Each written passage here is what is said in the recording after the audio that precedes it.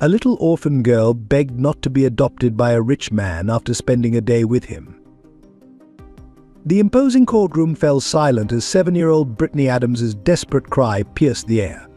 "Please stop. I can't do this." Her small body trembled uncontrollably in the witness stand, tears streaming down her pale cheeks. The adoption hearing, which moments ago had been proceeding smoothly, ground to a sudden halt. Philip Mason, the wealthy businessman who had spent weeks preparing to welcome Brittany into his home, sat frozen in his chair, his expression a mixture of shock and concern.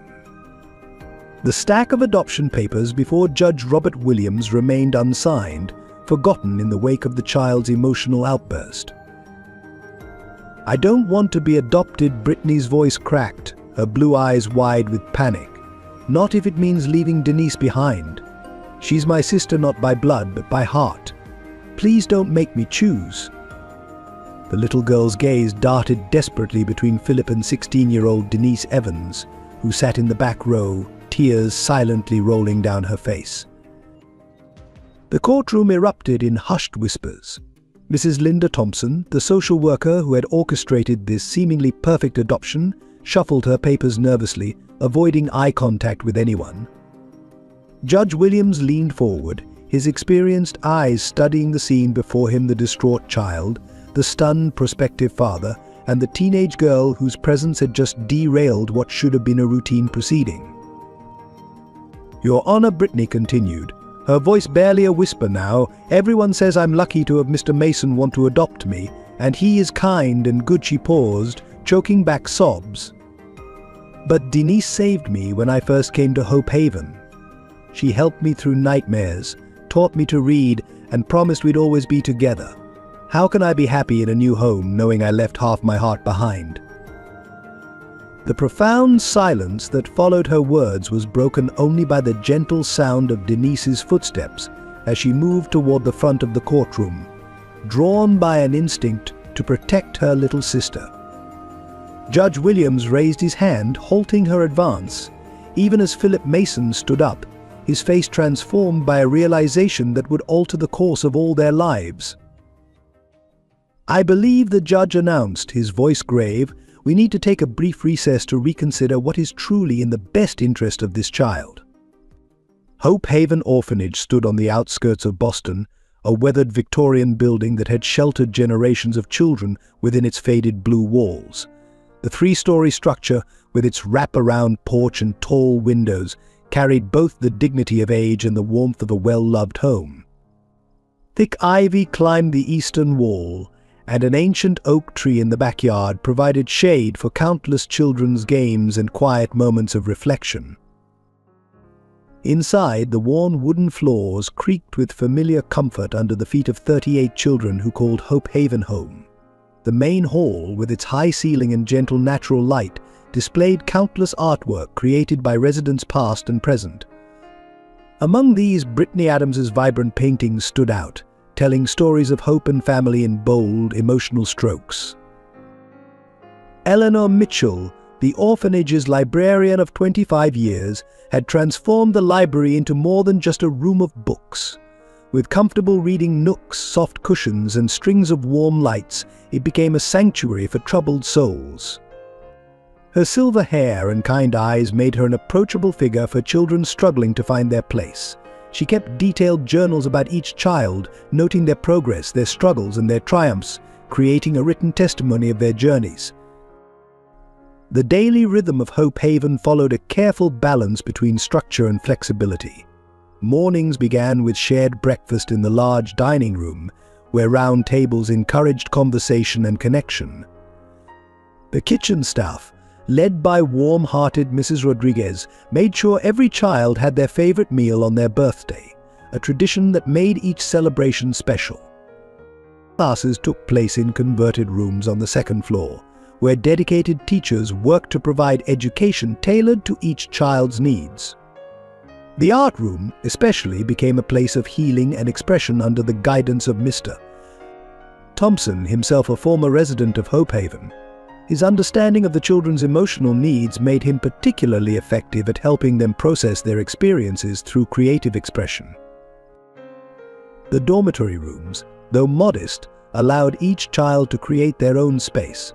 Personal touches, drawings, photographs, treasured possessions transformed institutional spaces into individual havens.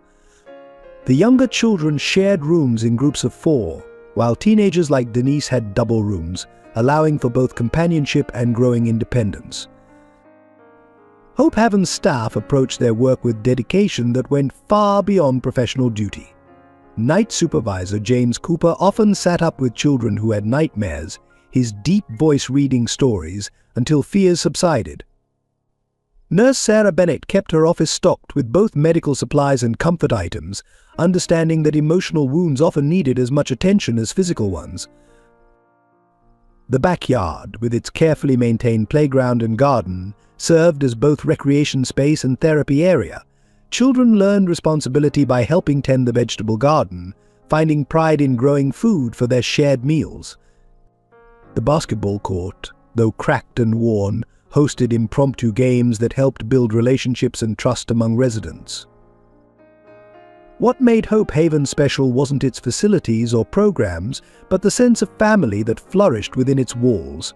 Older children naturally took younger ones under their wing, creating bonds that often lasted long after they left the orphanage. Staff members celebrated every achievement, no matter how small, understanding that each step forward represented a victory over past trauma. Regular community events, holiday celebrations, talent shows, and family days opened the orphanage to the neighborhood, helping children maintain connections with the wider world while feeling secure in their temporary home. Local volunteers taught music lessons, helped with homework, and simply provided additional adult attention that each child craved.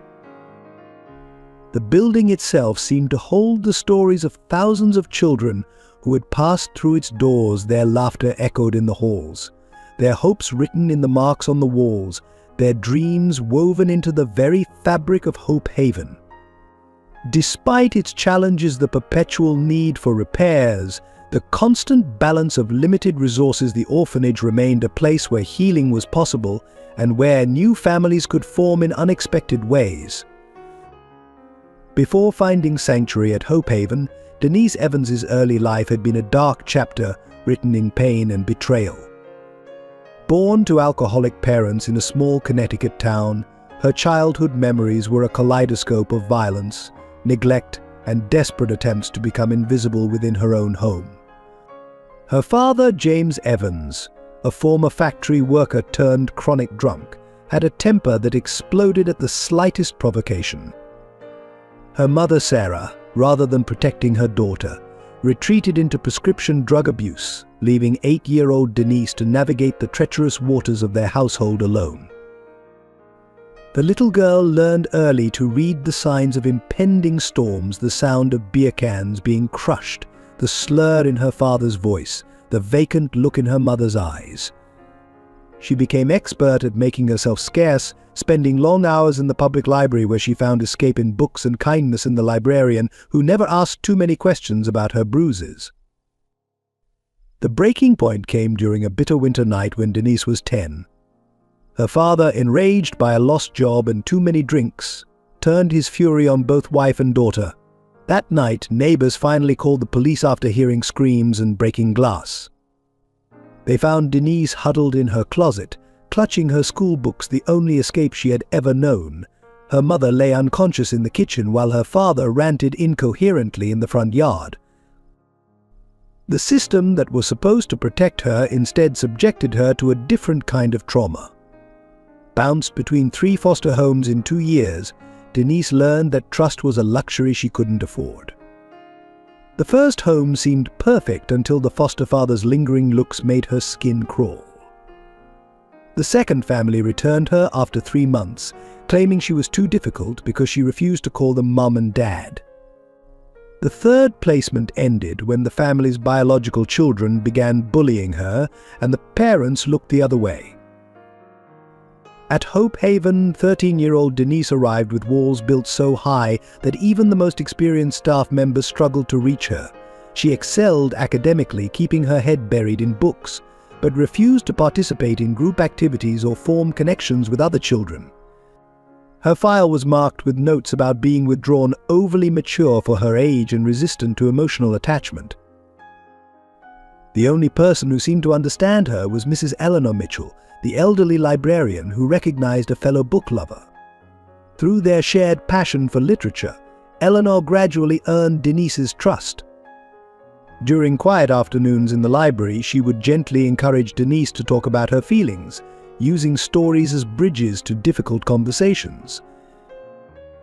It was Eleanor who first noticed how Denise's hands would shake when adult men raised their voices, how she hoarded food in her room, how she positioned herself to always face the door. With infinite patience, Eleanor helped Denise begin the long journey of healing, teaching her that not all adults would hurt her, that her past didn't have to define her future. But the deepest wounds remained hidden: the belief that she was fundamentally unlovable, that anyone who claimed to care would eventually leave. These beliefs manifested in subtle ways: her refusal to participate in adoption events, her tendency to push away potential friends before they could reject her, her obsessive need to be perfect in school, as if academic excellence could somehow make up for her perceived unworthiness. Then came Brittany, a tiny whirlwind of need and fear that broke through every barrier Denise had built. In helping the younger girl heal, Denise found her own path to recovery. Brittany's unconditional love and trust became a mirror, showing Denise a different reflection of herself, not as the broken, unwanted child of her past, but as someone capable of giving and receiving love. Yet even as she flourished in her role as Brittany's protector, Denise carried deep-seated fears. Every time a potential family showed interest in Brittany, every time there was talk of adoption, the old terror of abandonment would resurface. She knew that at 16 her own chances of adoption were virtually non-existent, but the thought of losing Brittany to a real family awakened all her childhood demons. These fears would soon collide with events that would test every lesson she had learned about love, trust, and the true meaning of family. Brittany Adams arrived at Hope Haven on a stormy night when she was just 4 years old, clutching nothing but a worn teddy bear and a photograph of a woman she could barely remember. Her small frame seemed even tinier in the oversized donated pajamas as she stood in the entrance hall, rainwater dripping from her blonde curls. The circumstances of her arrival were shrouded in mystery. Her file contained only basic information and vague references to family tragedy. Her first weeks were marked by nightmares and tears. Her tiny frame curled into a defensive ball whenever anyone approached. During the day, she would hide in small spaces under beds, behind bookshelves, in closets, emerging only when absolutely necessary. The staff tried their best, but nothing seemed to breach the walls of trauma the young child had built around herself. That changed the day Denise Evans, then 13, heard Brittany's muffled sobs from the common room. While other teenagers avoided the new arrival, Denise recognized something in those tears, an echo of her own past. She sat silently beside Brittany's hiding spot behind the bookshelf, humming a gentle lullaby her grandmother had once sung to her. Day after day she returned, sometimes reading stories, sometimes just being present, until gradually Brittany began to emerge from her shell. Their connection deepened through small moments: Denise teaching Brittany to tie her shoelaces, braiding her blonde hair each morning, helping her sound out difficult words in storybooks. When Brittany had nightmares, it was Denise's bed she sought out, not the night staff's office. The age gap that might have created distance instead formed a perfect balance: Denise's protective maturity complementing Brittany's innocent ability to find joy in simple things. The orphanage staff watched in amazement as both girls transformed through their relationship. Brittany's fear gave way to a bright, curious personality that could light up a room. Her natural artistic talent began to emerge, first in simple crayon drawings, then in increasingly sophisticated artwork that captured both the pain of her past and the hope of her present. Her paintings, filled with vibrant colors and emotional depth, showed a sophistication far beyond her years. They became inseparable, their daily routines intertwined like a choreographed dance: breakfast shared over whispered secrets, homework sessions where Denise played teacher, evening walks in the orphanage garden where they imagined adventures and planned their future together. Their favorite spot was an old oak tree in the garden's corner, its branches creating a natural hideaway. Here they built their own world, complete with its own traditions. Every Sunday, they held what they called their sister ceremony, sharing a cookie saved from lunch and making grand promises about their future together. "When I grow up," Brittany would declare, "I'm going to build us a house with a library bigger than the whole orphanage." Denise would smile, adding her own dreams to their shared vision. The staff came to rely on their unique dynamic when new children arrived, particularly the most traumatized ones. Brittany and Denise worked as a team to help them adjust. Brittany's innocent approach would often get the first smile, while Denise's gentle guidance helped them find their place in the Hope Haven family. Their bond became a source of hope for other children, proving that family could be found in the most unexpected places. Even as potential adoptive parents began showing interest in Brittany, she remained fiercely loyal to her chosen sister. During home visits or meetings with families, she would inevitably turn the conversation to Denise, explaining proudly how her big sister had taught her to read or helped her overcome her fear of thunderstorms. Each time a family's interest waned upon realizing the depth of this attachment, Brittany seemed almost relieved, while Denise battled guilt over potentially holding her little sister back from a real family. Yet their bond continued to strengthen, built on countless small moments of trust and understanding, whether sharing the last cookie from dinner, practicing dance routines in their room, or comforting each other through the hard days when memories of their past lives surfaced. They faced everything together. In a place where uncertainty was the only constant, they had created something rare and precious, a relationship that went beyond the traditional boundaries of family, founded on choice rather than chance, love rather than obligation. Philip Mason's life was defined by a single moment 3 years ago, the day he lost his 8-year-old daughter Sarah in a devastating car accident. Once a vibrant, successful business executive known for his ambitious projects and corporate achievements, he became a shadow of himself, haunted by the empty halls of his expansive Boston mansion.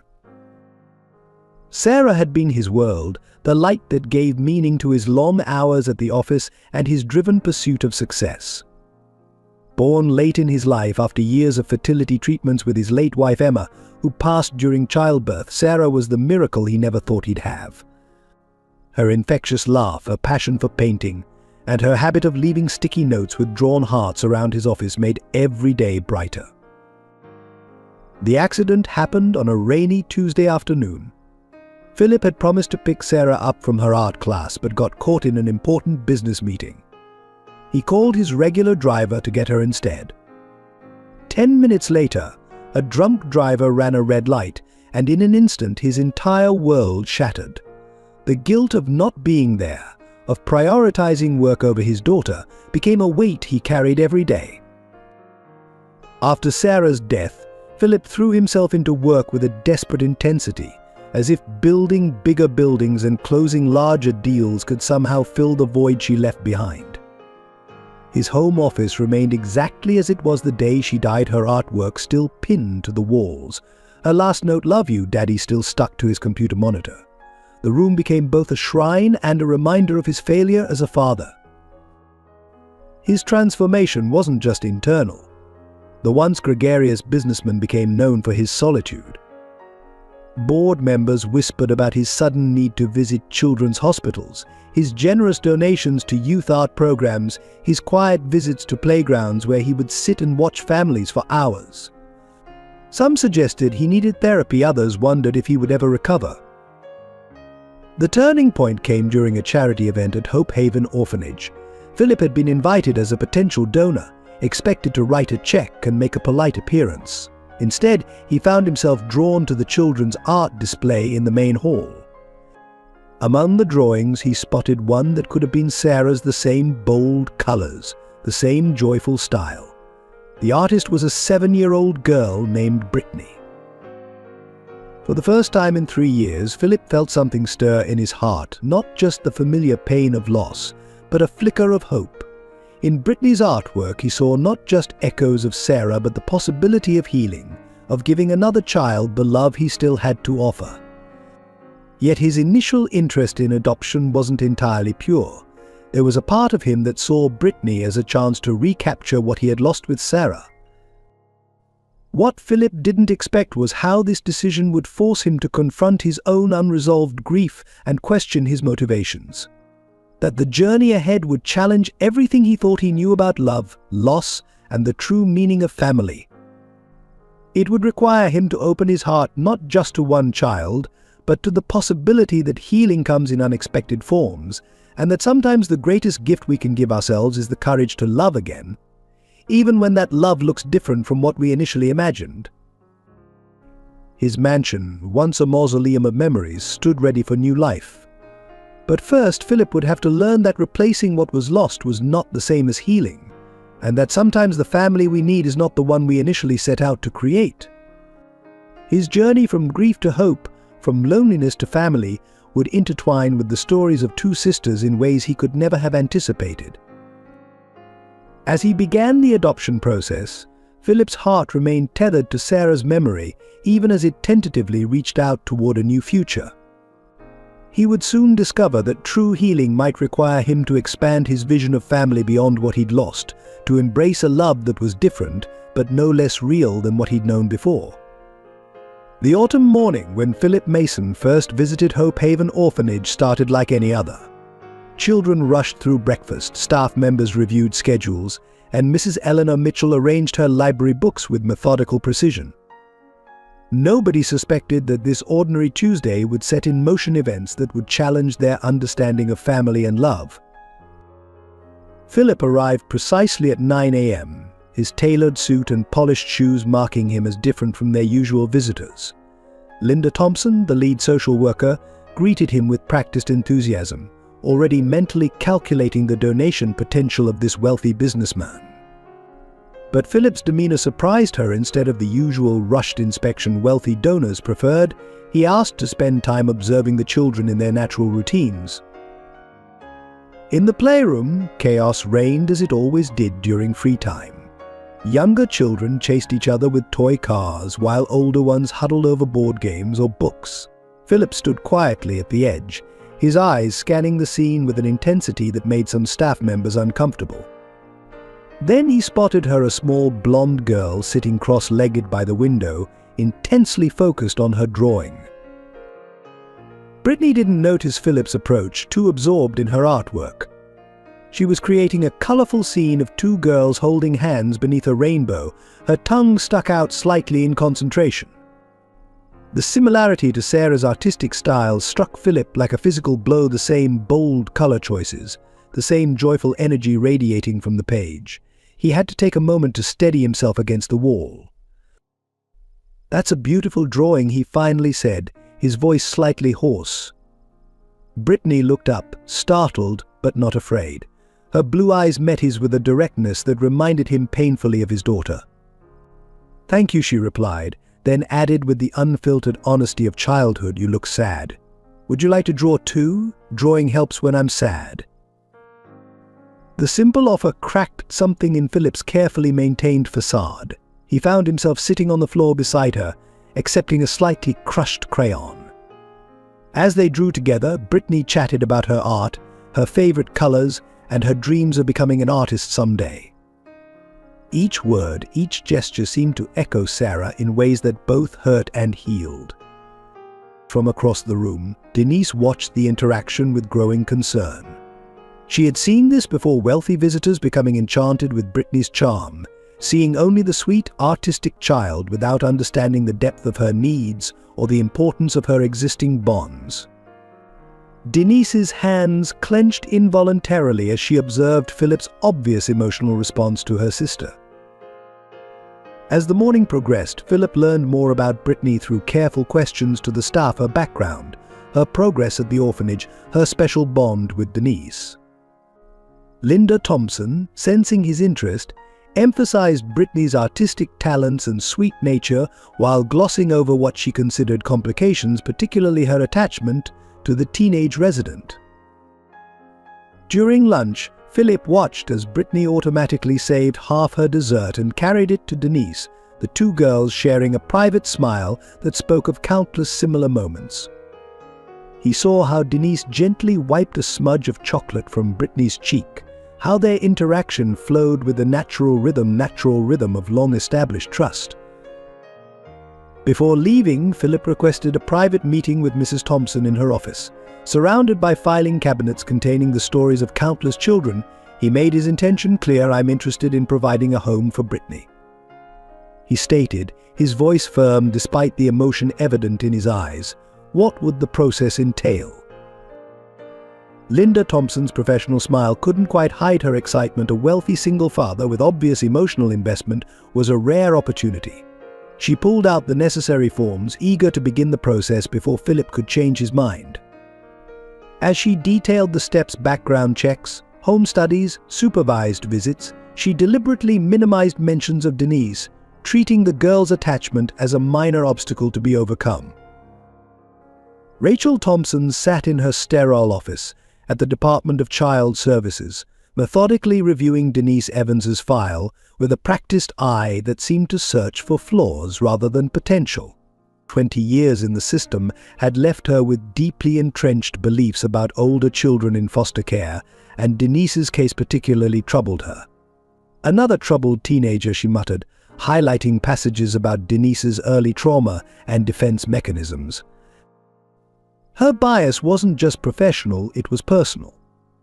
15 years ago, Rachel had attempted to adopt a teenage girl, only to have the placement end catastrophically when the child's unresolved trauma led to destructive behavior.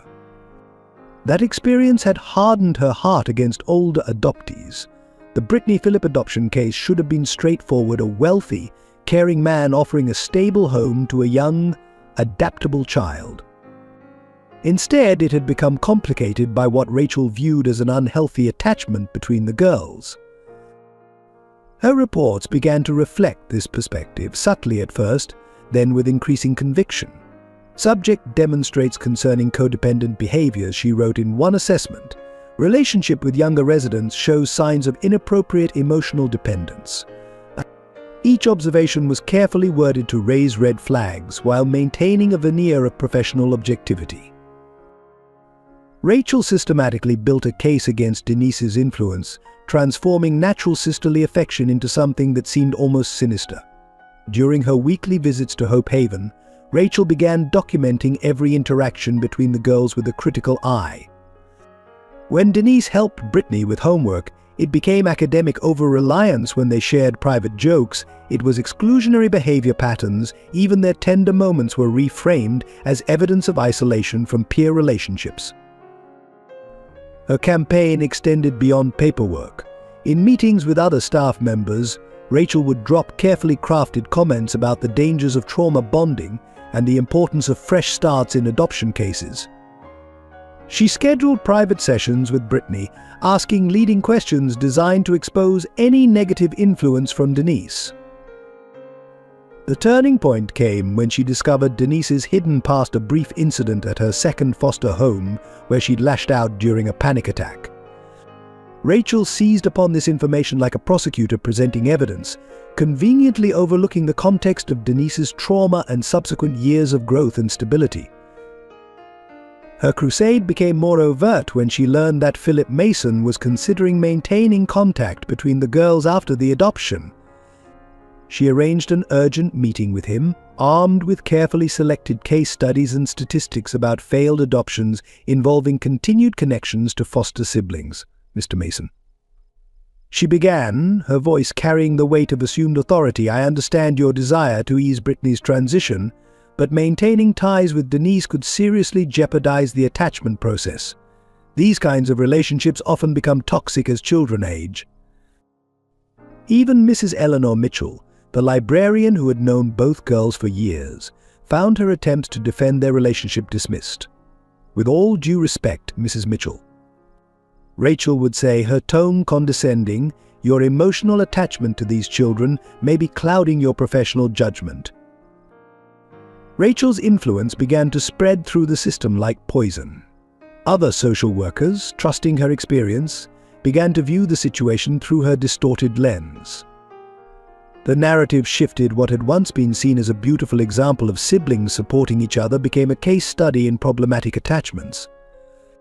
She took particular satisfaction in noting how her interventions were affecting Denise, the teenager's increasing frustration and desperate attempts to maintain contact with Brittany were documented as evidence of instability rather than natural reactions to forced separation from a loved one.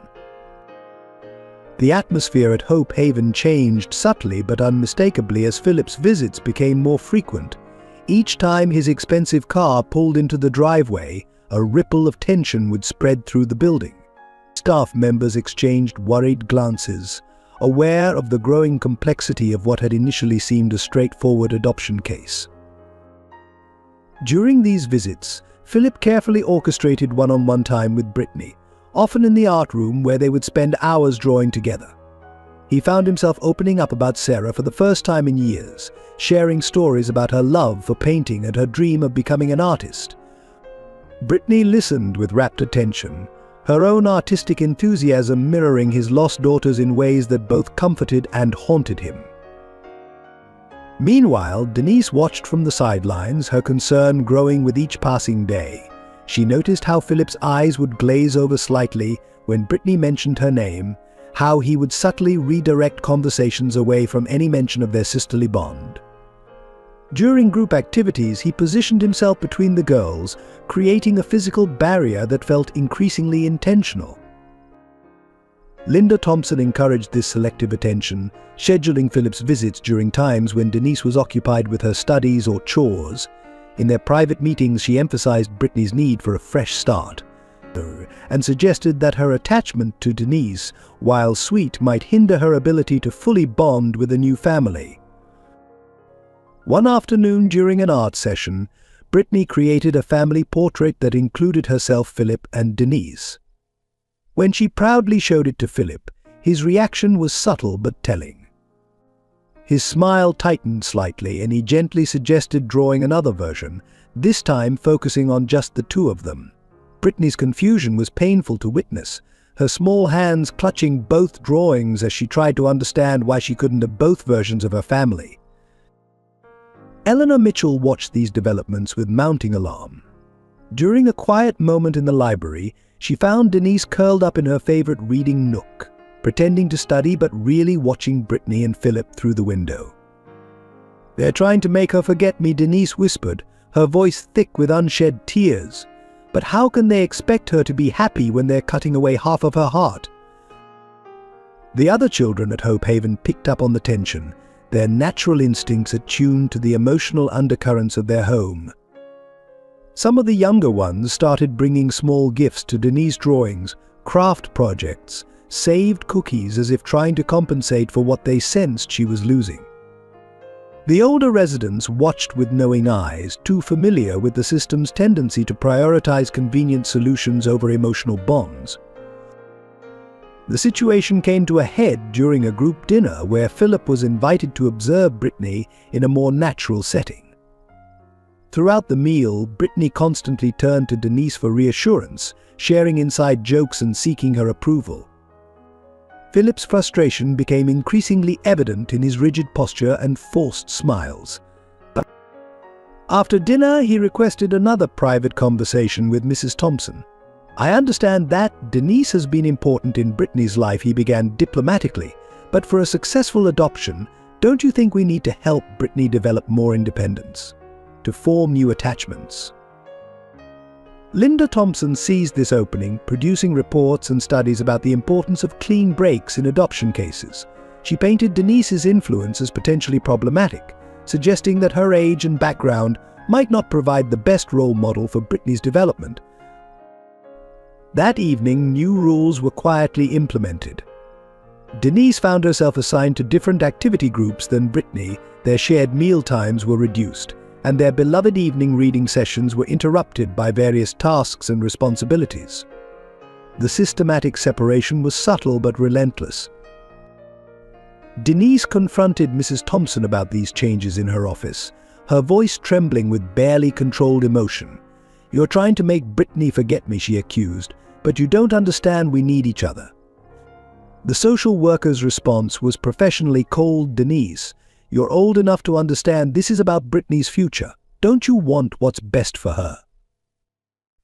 These words haunted Denise as she lay awake that night, listening to Brittany's muffled sniffles from across the room. The younger girl had been told she couldn't sleep in Denise's bed anymore, another new rule. The physical distance of mere feet felt like miles, a preview of the greater separation looming on the horizon. Philip remained oblivious to the emotional toll his focused attention was taking. He saw only what he wanted to see: a little girl who reminded him of his lost daughter, a chance to rebuild the family he had lost. When Brittany's artwork began to show darker themes, figures standing apart, rain clouds over separated people, he attributed it to the natural anxiety of transition rather than the pain of forced separation from her sister. As autumn deepened into winter, the pattern continued. Philip's visits increased in frequency while Denise's time with Brittany decreased proportionally. The orphanage staff, following Mrs. Thompson's lead, began treating the eventual separation as inevitable, speaking to Brittany about her new life, and to Denise about letting go. Yet beneath this orchestrated separation, the bond between the sisters remained unshaken. They found ways to communicate through notes hidden in library books, through quick hugs in passing, through silent glances that carried the weight of their shared love and fear. Neither Philip nor the staff realized that their efforts to break this connection were only strengthening the girls' determination to remain sisters, no matter what challenges lay ahead. Eleanor Mitchell watched the situation unfold with growing distress. She had seen similar scenarios play out before, but never with children who shared such a profound connection. During quiet moments in the library, she would find drawings Brittany had hidden between book pages, always of two figures together, never apart. Denise's weekly book selections shifted to stories about sisters and unbreakable bonds, as if seeking reassurance in literature that what they shared couldn't be erased. The other children at Hope Haven began to react to the forced separation in their own ways. Some acted out during Philip's visits, creating distractions that allowed the sisters brief moments together. Others became protective of Denise during Brittany's absence, trying to fill the void with their own companionship. Even the youngest residents seemed to understand that something precious was being threatened. The staff's attempts to maintain normalcy grew increasingly strained.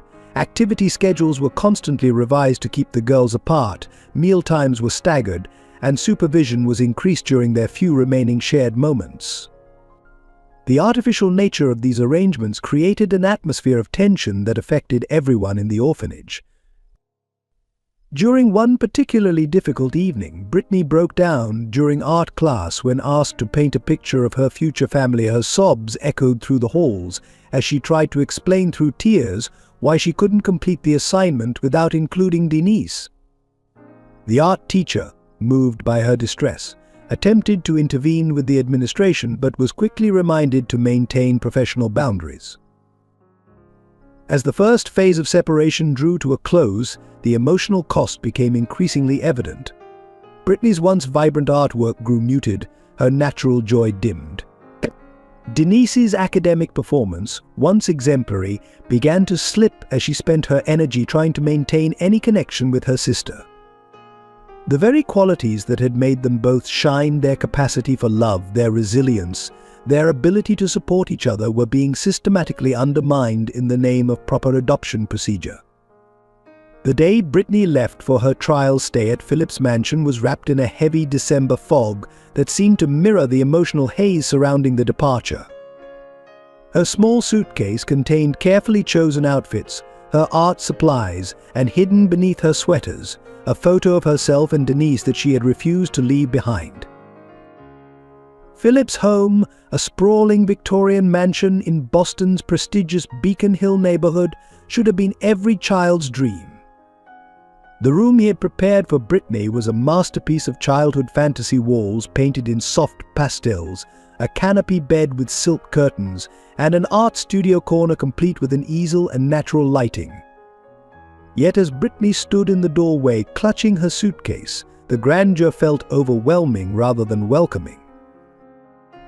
The first few days followed a carefully planned schedule. Philip had taken time off work, determined to make the transition smooth. They spent mornings in the art studio, afternoons exploring the mansion's extensive gardens, and evenings watching movies in the home theater. Each activity was meticulously designed to create new memories, to help Brittany envision this as her forever home. But the silence in the massive house was deafening. Brittany found herself speaking in whispers, her footsteps echoing in halls that seemed to stretch endlessly. At night, the unfamiliar shadows and creaks of the old mansion sent her heart racing, but she had no Denise to crawl into bed with, no comforting arms to chase away the fears. During meals in the formal dining room, Brittany would unconsciously save portions of her dessert, only to remember there was no one to share them with. She caught herself turning to make comments to a sister who wasn't there, the empty space beside her a constant reminder of what was missing. Philip noticed her struggle but interpreted it through the lens of his own past.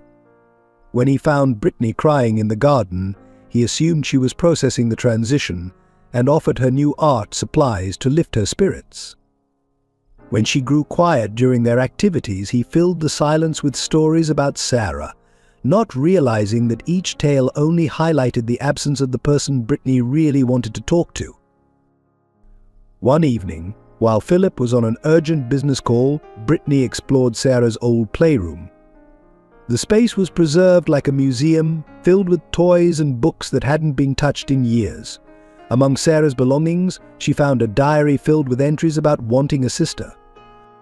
The irony of the situation, being chosen to fill the role of a lost daughter while being separated from her own sister, wasn't lost on her young mind. The breaking point came during an art therapy session arranged by Mrs. Thompson, who visited regularly to monitor the placement. Brittany was asked to draw her new family. She created a beautiful picture but broke down crying when asked to explain why there was a shadowy figure in the background. "That's Denise," she sobbed. "She's always there, even when you can't see her." At night, Brittany would sneak to the mansion's phone, trying to call the orphanage to speak to Denise, only to find the line secured with a code. She began hiding pieces of her artwork, drawings of two girls holding hands, of shared hearts, of the oak tree at Hope Haven under her mattress, afraid they would be seen as resistance to her fresh start. Philip's well-meaning attempts to create new traditions only emphasized the loss of old ones. When he suggested they have a special Sunday breakfast ritual, Brittany couldn't help but think of the sister ceremonies she and Denise used to share. Each new experience was tainted by the absence of the person she longed to share it with. As the trial period progressed, Brittany developed a quiet resilience. She learned to smile at appropriate times, to express gratitude for Philip's generosity, to participate in the activities planned for her. But those who looked closely could see the light in her eyes dimming, her artwork becoming more muted, her laughter less frequent. Mrs. Thompson reported the trial period as progressing satisfactorily, noting Brittany's compliance and Philip's dedication. She deliberately overlooked the signs of emotional distress, focusing instead on the material advantages and opportunities this placement offered. Her reports back to Hope Haven painted a picture of successful adjustment, even as Brittany's hidden drawings told a different story. The magnificent mansion, with all its luxury and promise, had become a gilded cage. Each passing day reinforced what Brittany already knew in her heart, that no amount of material comfort could compensate for the loss of the emotional shelter she had found in her sister's love. As the trial period drew to a close, the question wasn't whether she could adapt to this new life, but whether she could survive being only half of who she truly was. Back at Hope Haven, Denise's world had become a study in calculated isolation. The staff, influenced by Rachel Thompson's reports, began treating her with a cautious distance that felt like a silent accusation. Her previous role as a trusted helper with younger children was quietly discontinued, her responsibilities redistributed to others without explanation. The library, once her sanctuary, became the only place where she could maintain some semblance of normalcy. Eleanor Mitchell watched with growing concern as Denise spent hours documenting everything in a worn notebook, every interaction with Brittany, every shared moment, every milestone of their relationship. It was as if she feared these memories might be erased if she didn't preserve them on paper. "They're making me sound dangerous," Denise confided to Eleanor one rainy afternoon, her voice barely above a whisper. She had just overheard two staff members discussing Rachel's latest report, which characterized her emotional response to Brittany's absence as concerning behavioral instability. The teenager, who had spent years building trust and opening her heart, was watching that trust crumble under the weight of professional suspicion. Her school performance, once exemplary, began to falter. Teachers who had praised her academic focus now noted her distraction, her tendency to stare out windows, her half-finished assignments. When questioned, she couldn't explain how the complex equations or historical dates mattered when her sister was being systematically removed from her life. The nights were the hardest. Without Brittany's presence, the old nightmares from her early childhood began to resurface. She would wake in panic, reaching for a sister who wasn't there, the empty space in the room echoing with absence. The night staff, once sympathetic, now recorded these episodes as further evidence of her emotional instability. Rachel Thompson's influence grew more pronounced with each passing week. New rules appeared, specifically designed to limit Denise's influence on other residents. She was moved to a single room for privacy, though everyone understood it was really for isolation. Her mealtimes were rescheduled, her activities separated from the younger children, her movements subtly but constantly monitored. During one particularly difficult counseling session, when Denise tried to explain the depth of her bond with Brittany, the therapist's hand picked by Rachel focused instead on age-appropriate peer relationships and healthy boundaries. Her genuine distress was reframed as manipulation tactics, her tears dismissed as attention-seeking behavior. The other children at Hope Haven watched this transformation with confusion and fear. Some, especially the younger ones who had benefited from Denise's care, tried to maintain contact, despite the new rules. They would slip her notes, share quick hugs in passing, or save treats from their meals, small gestures of loyalty that the staff increasingly discouraged. Eleanor Mitchell attempted to advocate for Denise, presenting years of positive documentation about her influence on other children, her growth, her healing. But her voice was drowned out by Rachel's professional assessments and clinical terminology. "We're watching the system destroy exactly what it should protect," Eleanor confided to her private journal, feeling helpless as she witnessed Denise's increasing isolation. The final blow came when Rachel suggested that Denise's attachment issues might be better addressed at a specialized facility. The recommendation was presented in careful, professional language that masked its cruel intent to remove Denise entirely from Hope Haven, severing her last connection to Brittany's world. In moments of solitude, Denise would sit beneath the oak tree where she and Brittany had shared so many sister ceremonies. She kept their tradition alive, saving cookies that would never be shared, writing letters that would never be shared, writing letters that would never be delivered. The other residents reported seeing her there late at night, talking to the stars as if they could carry messages to her sister. Her resistance took quiet forms. She continued to excel in art class, creating pieces that always included two figures, sometimes obvious, sometimes hidden in abstract patterns. She maintained a secret diary of all the things she wanted to tell Brittany, hoping they would someday be reunited. She learned to navigate the new rules while holding on to her truth, that love wasn't a pathology to be cured, but a strength to be protected. Yet each day brought new challenges to this resolution. The weight of constant surveillance, of being treated as a threat rather than a sister, began to wear on her spirit.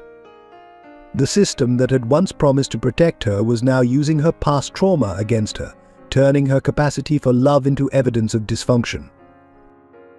Rachel Thompson's campaign against Denise entered a new, more aggressive phase as she began compiling a comprehensive case for permanent separation.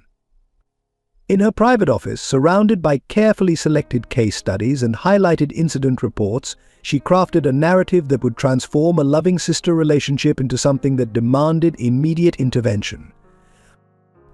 Her reports grew bolder with each submission. She began documenting incidents that never occurred, arguments that never happened, manipulation that existed only in her imagination.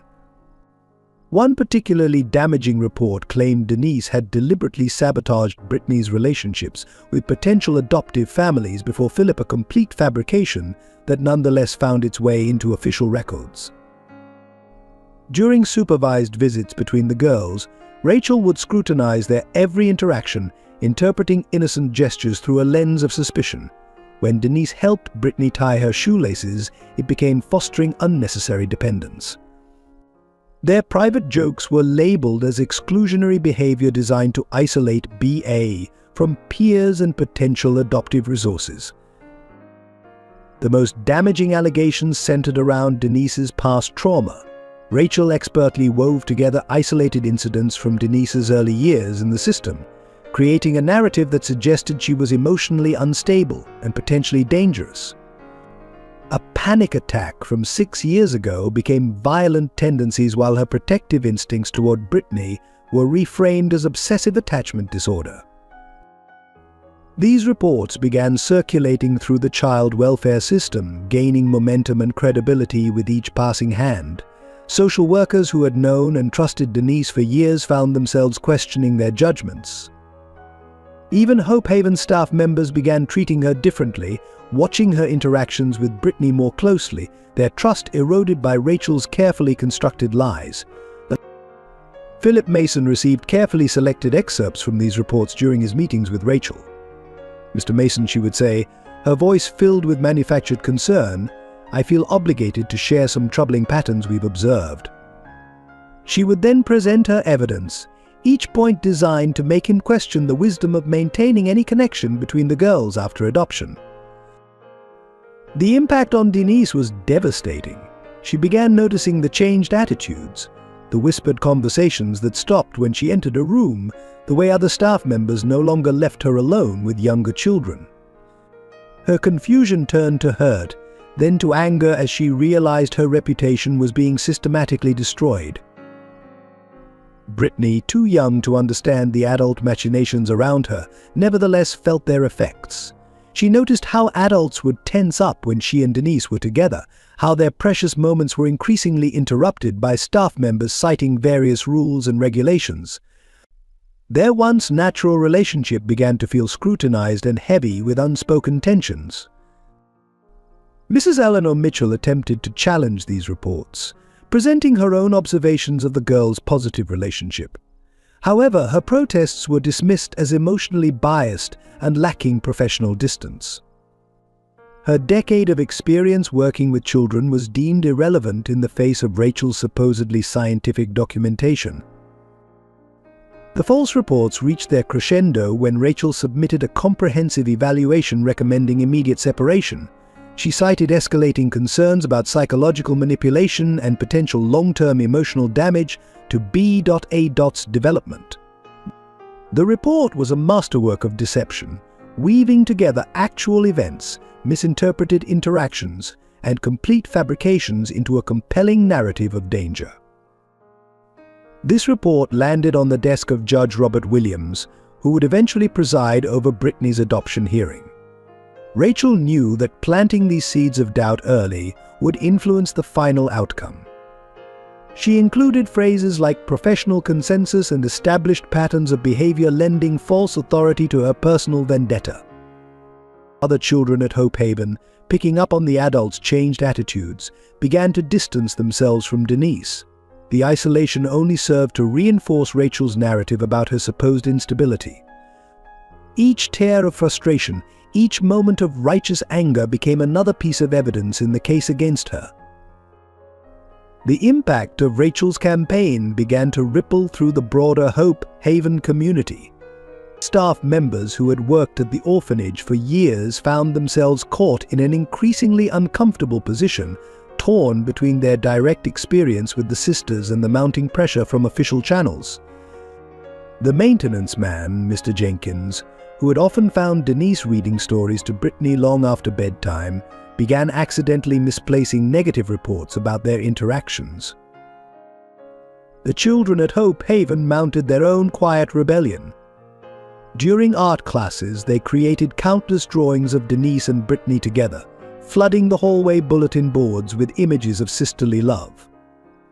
The younger ones would deliberately seek out Denise for help with homework or comfort after nightmares, defying the new restrictions with innocent persistence.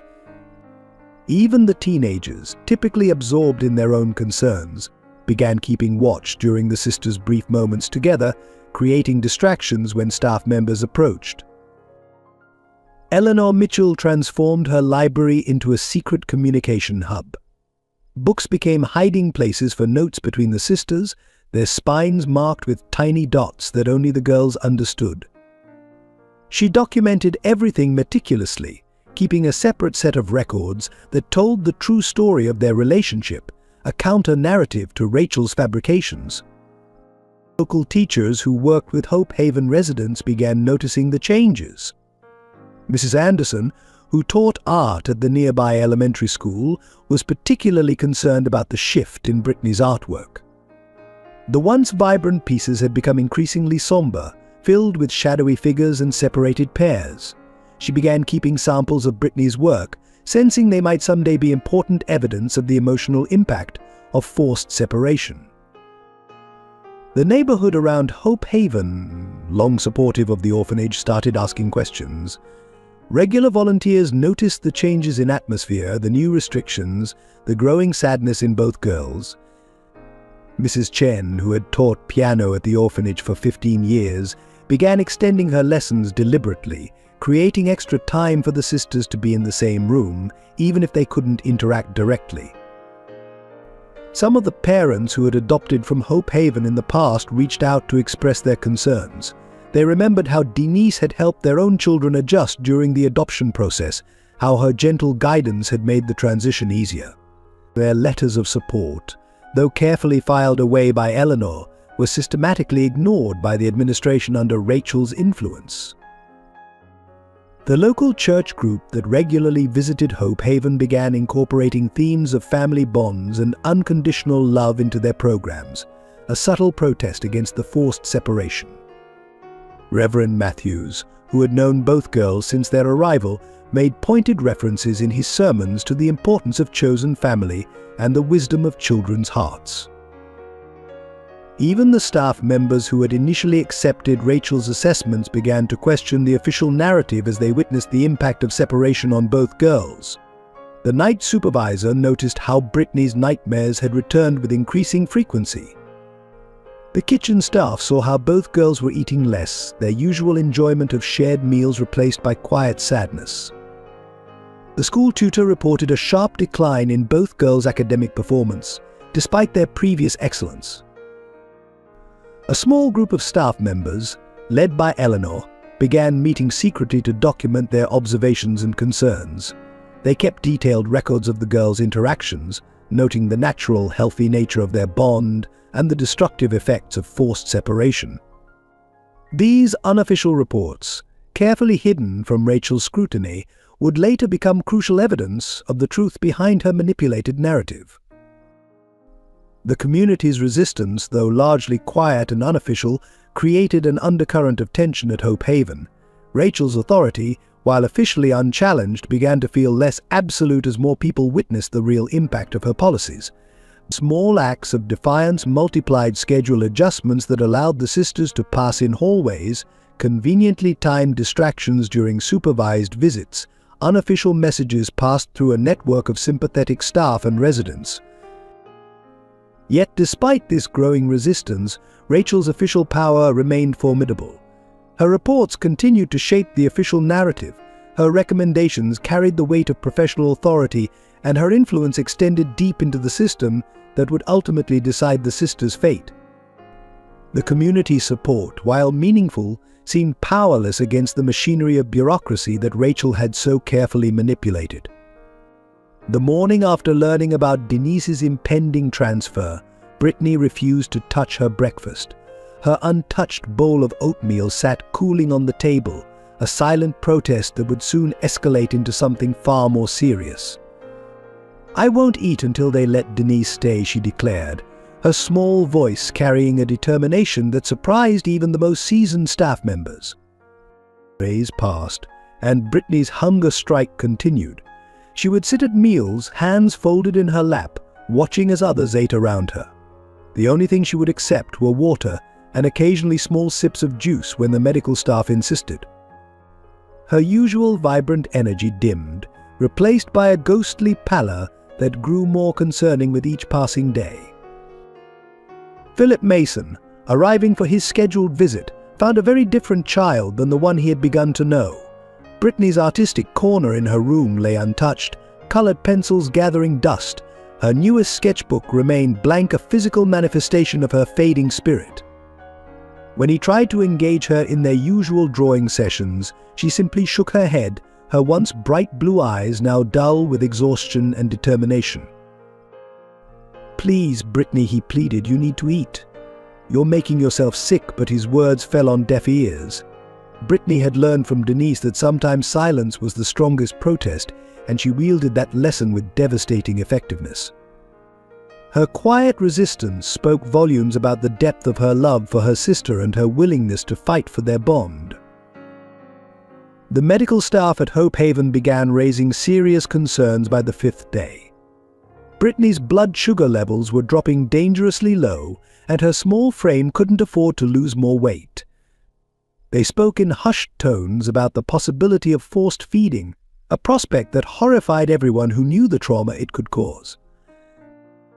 Rachel Thompson attempted to use the situation to her advantage, documenting Brittany's behavior as evidence of Denise's harmful influence and manipulation. But her arguments began to ring hollow as staff members witnessed Brittany's independent determination. This wasn't a child being manipulated, this was a sister fighting for her family with the only weapon she had.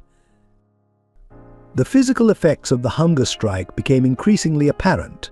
Brittany's once boundless energy disappeared, replaced by long periods of listlessness. She spent hours curled up in corners, clutching her worn sketchbook like a shield.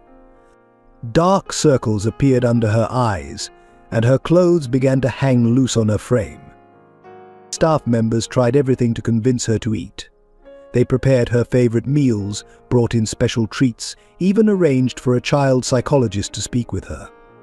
But Brittany remained resolute. "Denise is my sister," she would say whenever anyone tried to reason with her. "If she goes away, part of me goes too. How can I eat when half of me is missing?"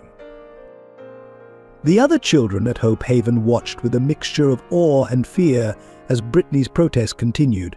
Some tried to sneak her food, worried about their friend's health, but she gently refused their offerings. Her resolve began to inspire a quiet rebellion among the other residents, who started their own forms of protest, refusing to participate in activities, writing letters to the administration, creating art pieces depicting the sisters together. Eleanor Mitchell, watching Brittany's decline with growing alarm, documented everything meticulously. She knew that sometimes the most powerful evidence comes not from official reports, but from the raw truth of a child's actions. Each day she photographed Brittany's untouched meals, recorded her weight loss, and noted the increasing desperation in her behavior. By the end of the first week, Brittany's condition had deteriorated significantly. During art therapy, instead of creating her usual colorful pieces, she could only manage weak pencil sketches, all of them showing two figures being torn apart. Her teachers reported that she could barely concentrate in class, often staring blankly out windows or falling asleep at her desk. The breaking point came when Brittany fainted during a routine fire drill. The sound of her small body hitting the floor echoed through the hallway, bringing everyone's worst fears into sharp focus. As the medical staff rushed to her aid, Denise broke ranks and ran to her sister, cradling Brittany's head in her lap and sobbing apologies for not being able to protect her. Philip Mason, called to the orphanage during this crisis, arrived to find both girls in the infirmary. The sight of Brittany, pale and weak in the hospital bed, with Denise holding her hand and whispering encouragement, forced him to confront the reality of their bond.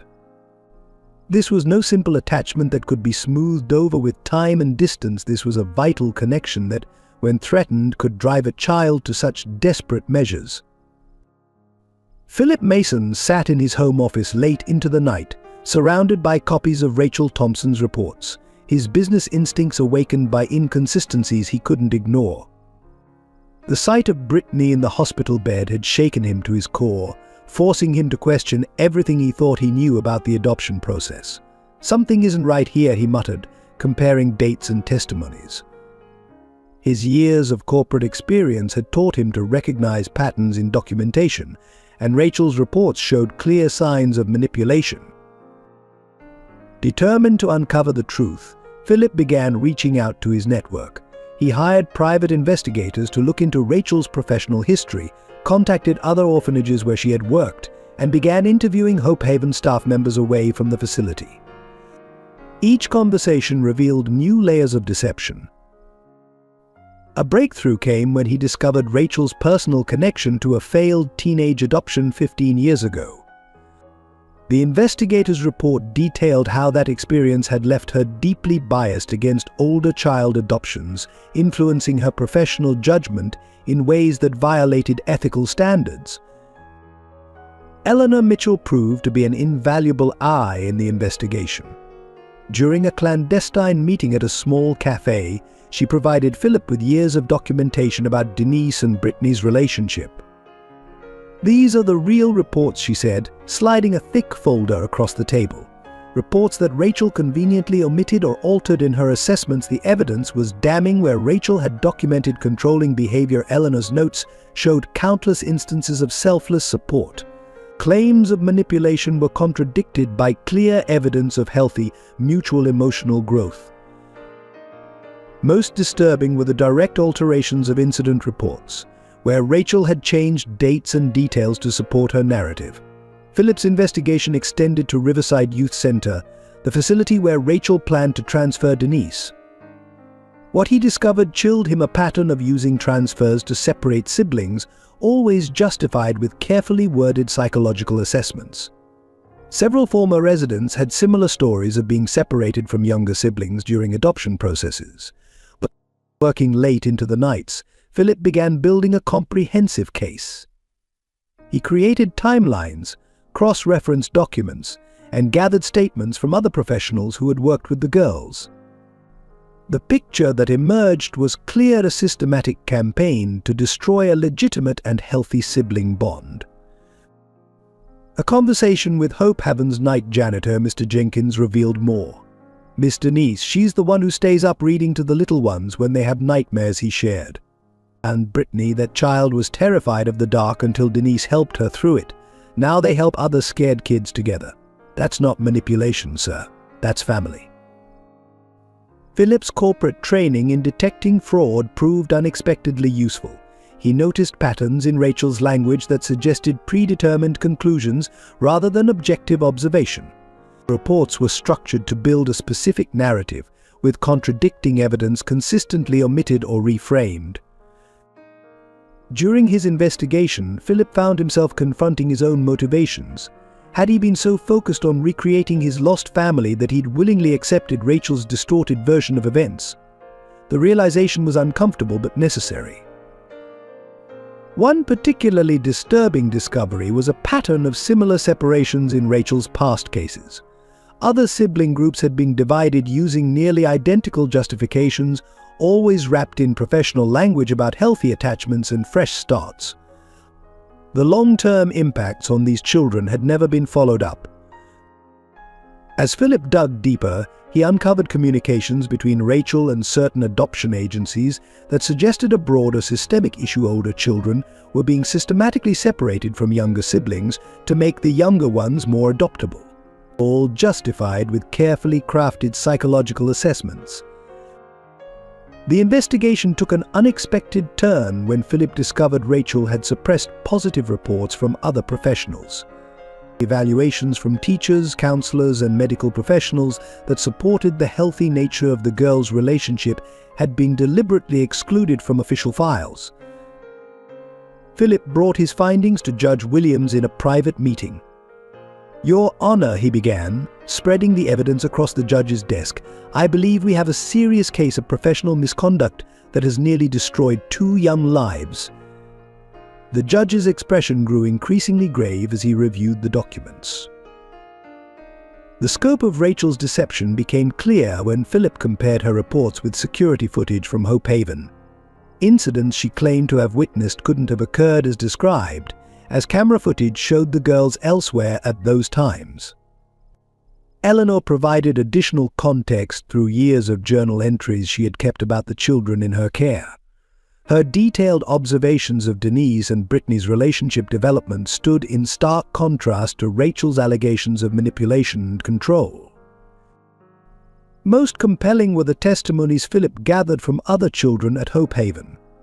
Their stories painted a picture of 2 sisters who not only supported each other but helped create a more nurturing environment for everyone in the orphanage.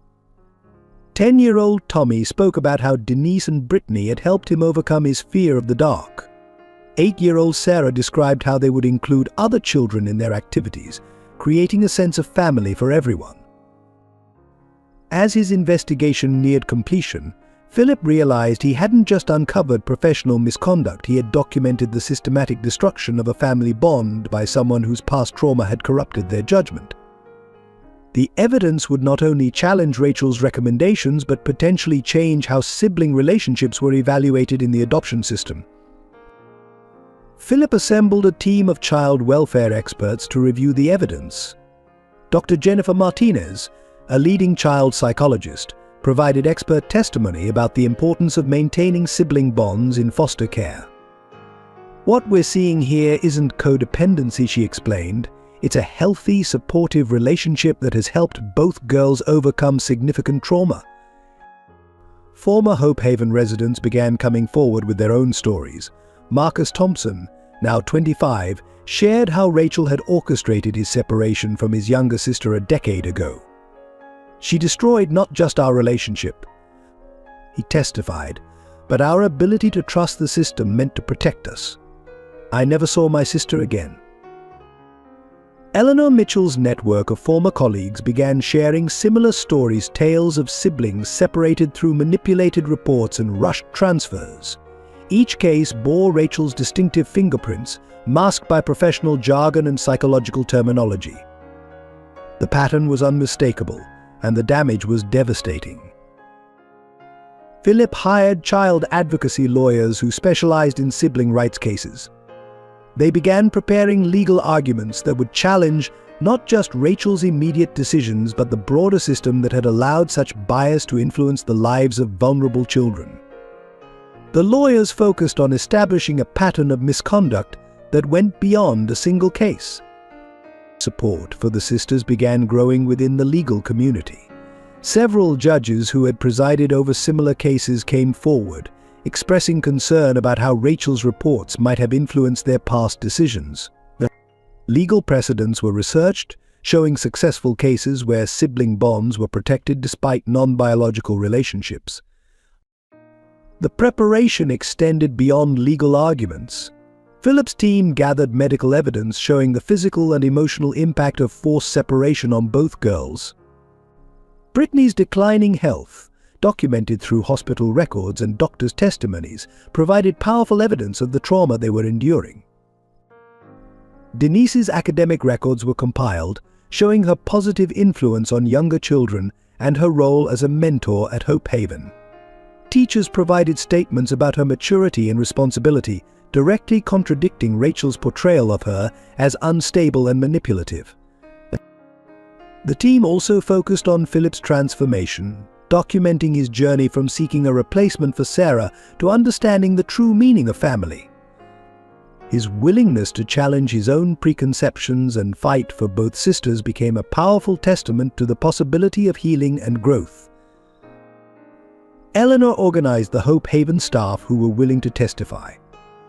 Many risked their positions to speak out against Rachel's practices, providing first-hand accounts of how she had manipulated reports and ignored evidence that didn't fit her narrative. Their courage in coming forward added credibility to the case. As the legal preparation intensified, Philip converted his home office into a war room, walls covered with timelines, testimonies, and evidence.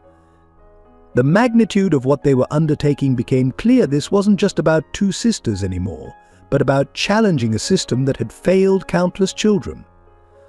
Through social media, Philip located Marcus Thompson, now 25, who had been separated from his younger sister under Rachel's recommendation 10 years ago. She destroyed not just our relationship, Marcus shared in a recorded testimony, but our ability to trust the system meant to protect us. I never saw my sister again. The pain in his voice, still raw after a decade, spoke volumes about the long-term impact of forced separation. Eleanor introduced Philip to Grace Peterson, a former social worker who had resigned in protest over one of Rachel's separation cases. Grace provided internal memos showing how Rachel had systematically dismissed concerns raised by other professionals about the impact of sibling separation. She had a way of making anyone who questioned her methods seem unprofessional, Grace explained. We were all afraid to speak up. The scope of the investigation expanded as more cases emerged. A pattern of facilities like Riverside Youth Center being used as convenient dumping grounds for problematic older siblings became clear. These institutions often had limited resources for maintaining family connections, effectively ensuring permanent separation. Former residents described how visitation rights were systematically restricted, phone calls monitored, and letters lost in the system. Through court records, Philip discovered that Rachel had testified in numerous adoption cases, consistently advocating for sibling separation under the guise of fresh starts and healthy attachment formation. Her testimony had influenced dozens of judicial decisions. A former Riverside staff member revealed how children transferred there often arrived with similar paperwork, all bearing Rachel's distinctive assessment style, all justifying separation from younger siblings. The evidence mounted altered reports, suppressed positive evaluations, manipulated incident records. Each case added to a damning picture of systematic abuse of professional authority, all serving a personal vendetta against older foster children. Dr. Martinez's analysis revealed a disturbing pattern in Rachel's assessments. Normal sibling behaviors were pathologized, protective instincts were labeled as controlling, and emotional bonds were described as unhealthy attachments. Philip's team discovered a network of complicit administrators who had enabled Rachel's practices. Emails revealed how certain adoption agencies prioritized clean cases, young children, without complicated family ties, leading to pressure to separate siblings. Financial incentives were uncovered, showing how agencies received higher placement fees for younger children adopted individually. The investigation revealed how the system's emphasis on quick adoptions and fresh starts had created perverse incentives. Social workers were evaluated based on placement numbers, not long-term outcomes. Siblings who wanted to stay together were labeled as difficult to place, their bonds seen as obstacles rather than strengths to be preserved. Eleanor's decades of experience proved invaluable in understanding the broader context. She had witnessed the shift in child welfare philosophy, from supporting family bonds to prioritizing quick, clean adoptions. Her records showed how policies had gradually changed, making it easier to separate siblings under the guise of professional judgment. The most disturbing revelations came from interviewing other social workers who had worked with Rachel. Many described feeling pressured to conform to her assessments, fearing professional retaliation if they challenged her conclusions. A pattern emerged of careers being sidelined and reputations damaged when professionals advocated for keeping siblings together. Medical professionals began speaking out about the trauma of forced separation. Dr. Sarah Anderson, a child psychiatrist, provided research showing the long-term psychological impact on separated siblings. "We're creating attachment disorders in the name of preventing them," she testified. "The system is causing the very trauma it claims to be preventing." As the investigation deepened, it became clear that Rachel's actions, while extreme, had been enabled by systemic failures. Oversight was minimal, appeals processes were complicated and expensive, and there was no effective way to track long-term outcomes for separated siblings. The system had become so focused on processing cases efficiently that it had lost sight of its fundamental purpose, protecting children's well-being. Philip compiled the findings into a comprehensive report documenting not just individual cases, but the pattern of behavior that connected them. The document revealed how one person's prejudice, hidden behind professional credentials, had torn apart countless families. More importantly, it exposed the systemic weaknesses that had allowed this to happen repeatedly over many years. The county courthouse buzzed with tension on the morning of the hearing. Judge Robert Williams's courtroom was packed beyond capacity, filled with Hope Haven staff, former foster children affected by Rachel's decisions, and members of the press who had caught wind of the explosive case. At the center of it all sat Brittany and Denise, holding hands so tightly their knuckles had turned white. Philip Mason stood before the court, his corporate polish replaced by passionate determination. "Your Honor." He began, his voice steady despite the emotion beneath it. "What we present today isn't just about two sisters. It's about a systematic abuse of power that has torn apart countless families under the guise of professional judgment." Rachel Thompson sat at the opposition table, her usual confident demeanor showing cracks as Philip's legal team began presenting their evidence. The first blow came from Eleanor Mitchell, whose testimony chronicled years of healthy interaction between the sisters, supported by detailed documentation that contradicted Rachel's reports. "I've watched these girls grow together," Eleanor testified, her voice carrying decades of experience. What MS Thompson labels as unhealthy dependency is actually one of the most beautiful examples of sibling support I've seen in 30 years of childcare. Denise helped Brittany overcome severe trauma through patience and love, while Brittany gave Denise a reason to trust again. The court fell silent as Philip's team presented video evidence showing Rachel's reports were fabricated. Security footage from Hope Haven revealed that incidents she claimed to have witnessed couldn't have occurred as described. Dates didn't match, locations were wrong, and her observations contradicted recorded reality. Dr. Jennifer Martinez, a leading child psychologist, provided expert testimony about the importance of sibling bonds in foster care. Separating these sisters wouldn't just be cruel. She explained it would be psychologically devastating.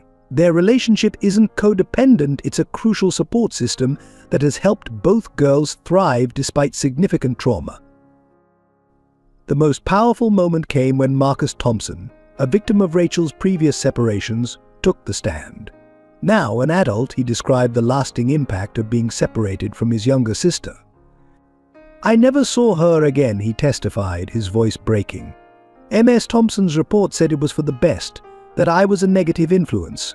I was 13, my sister was 8, we were all each other had. Rachel's cross-examination of witnesses grew increasingly desperate as her carefully constructed narrative crumbled. When she attempted to dismiss Eleanor's documentation as emotionally biased, the judge himself interrupted, pointing out that emotional investment in children's welfare was hardly a negative quality in childcare professionals. Philip's testimony marked a turning point in the proceedings. He described his own journey from seeking to replace his lost daughter to understanding true family bonds. "I came to Hope Haven looking for a child to fill a void," he admitted.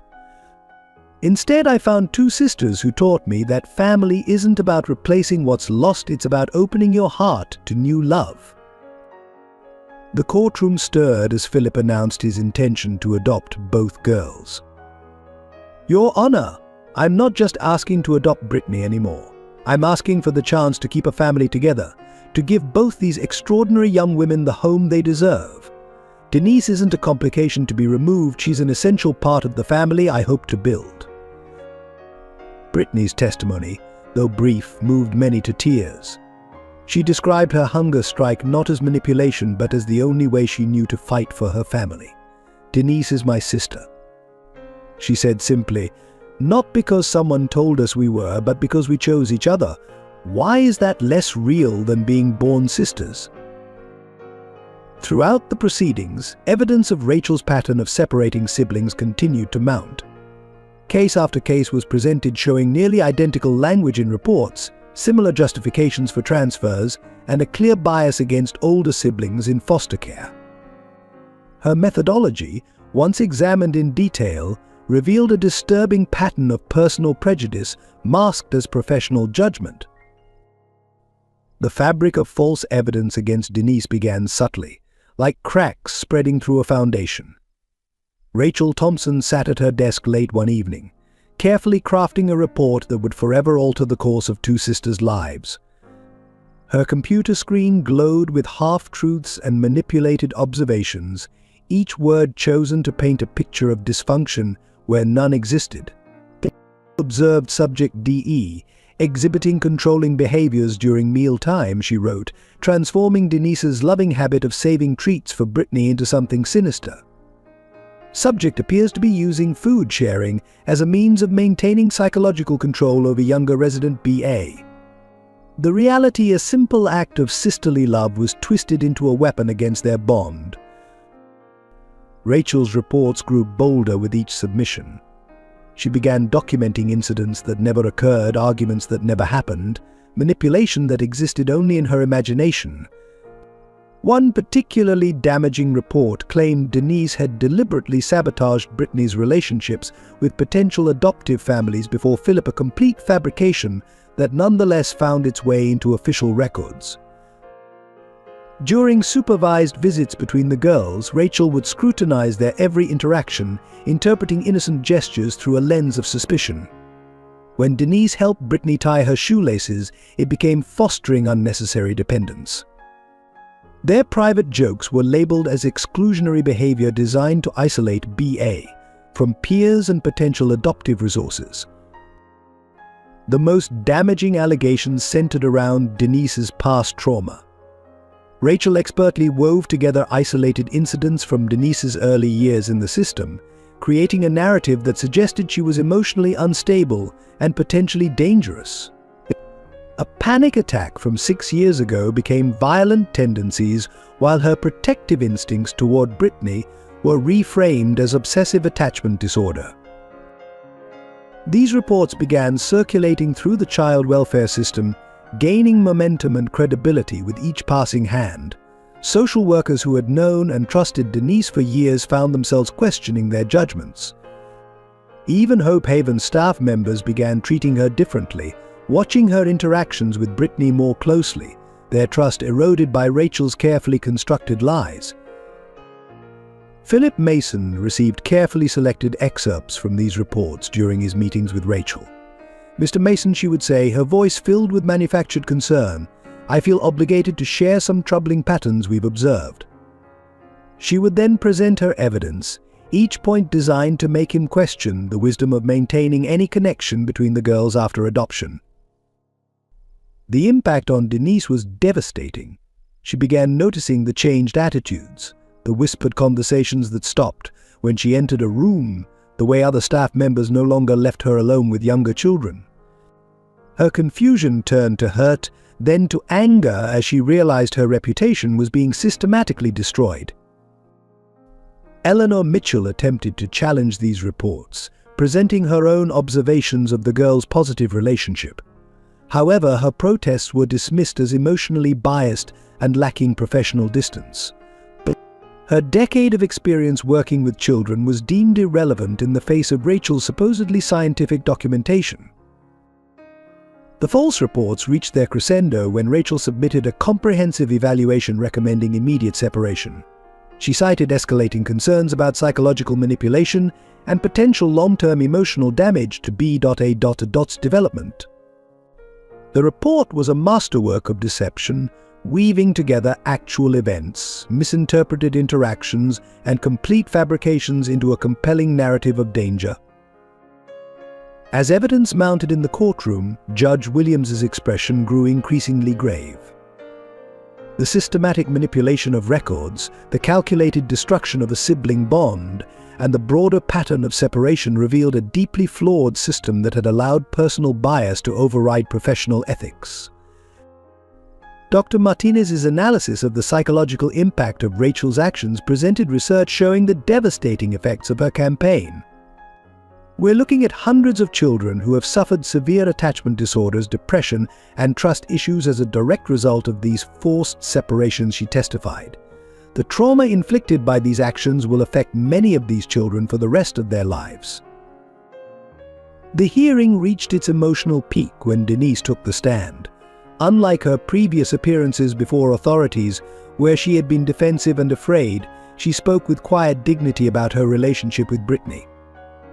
The courtroom fell silent as she described their first meeting, their shared struggles, their dreams of staying together.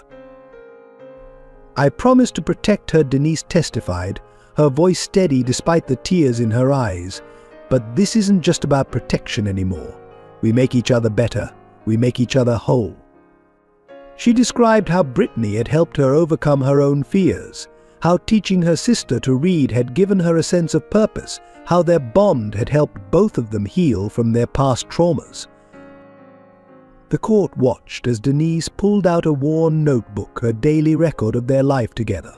"Every day for the past 3 years I've written down one moment that made Brittany smile," she explained.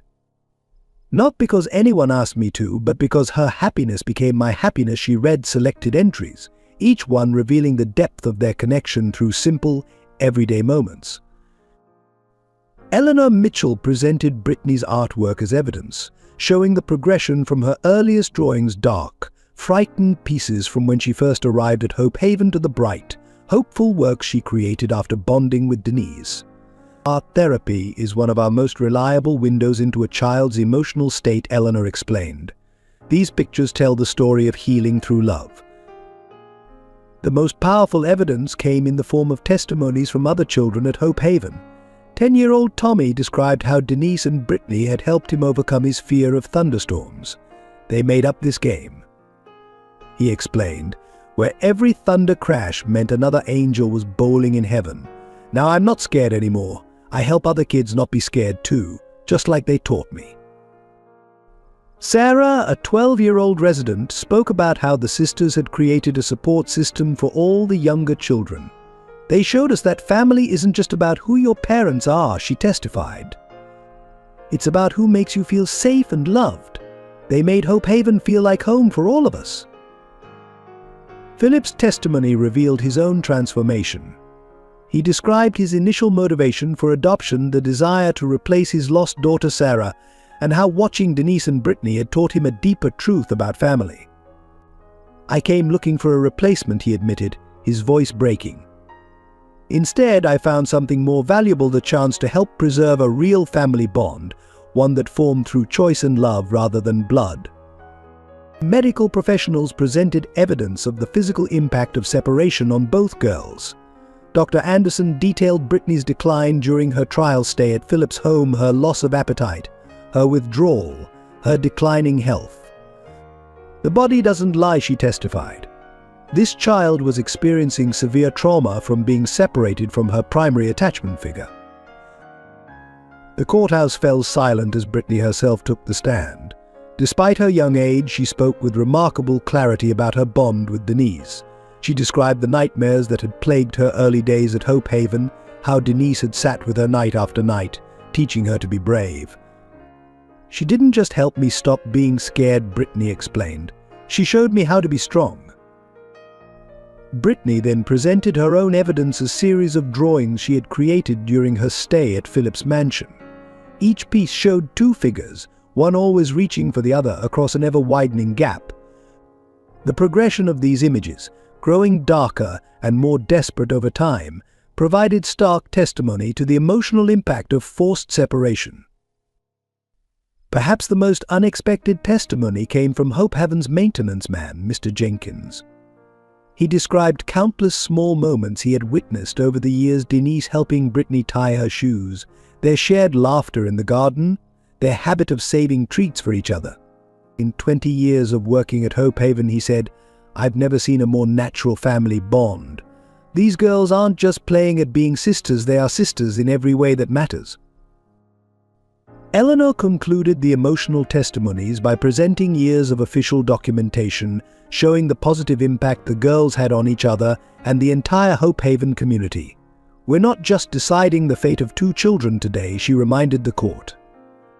We're deciding whether love and healing are less valid because they don't follow traditional patterns. The breaking point in the hearing came unexpectedly through a former colleague of Rachel Thompson who could no longer bear the weight of complicity.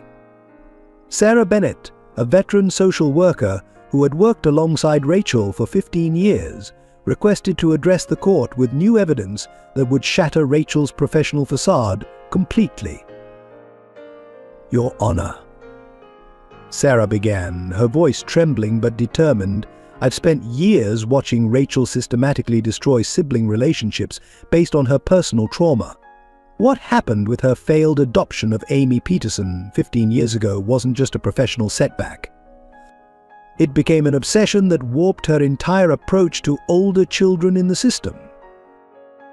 The courtroom fell silent as Sarah revealed a cache of private emails and unofficial notes that exposed the full extent of Rachel's manipulation. The documents showed a deliberate pattern of targeting sibling groups, where one child was significantly older, using carefully crafted language to make normal protective behaviors appear pathological. She would alter reports, Sarah testified, producing original documents with Rachel's handwritten changes. Simple interactions between siblings would be reframed as concerning patterns. Notes from other professionals that supported keeping siblings together would mysteriously disappear from official files. The evidence revealed a sophisticated system of manipulation. Rachel had created a network of preferred facilities like Riverside Youth Center where older siblings could be efficiently isolated from younger ones.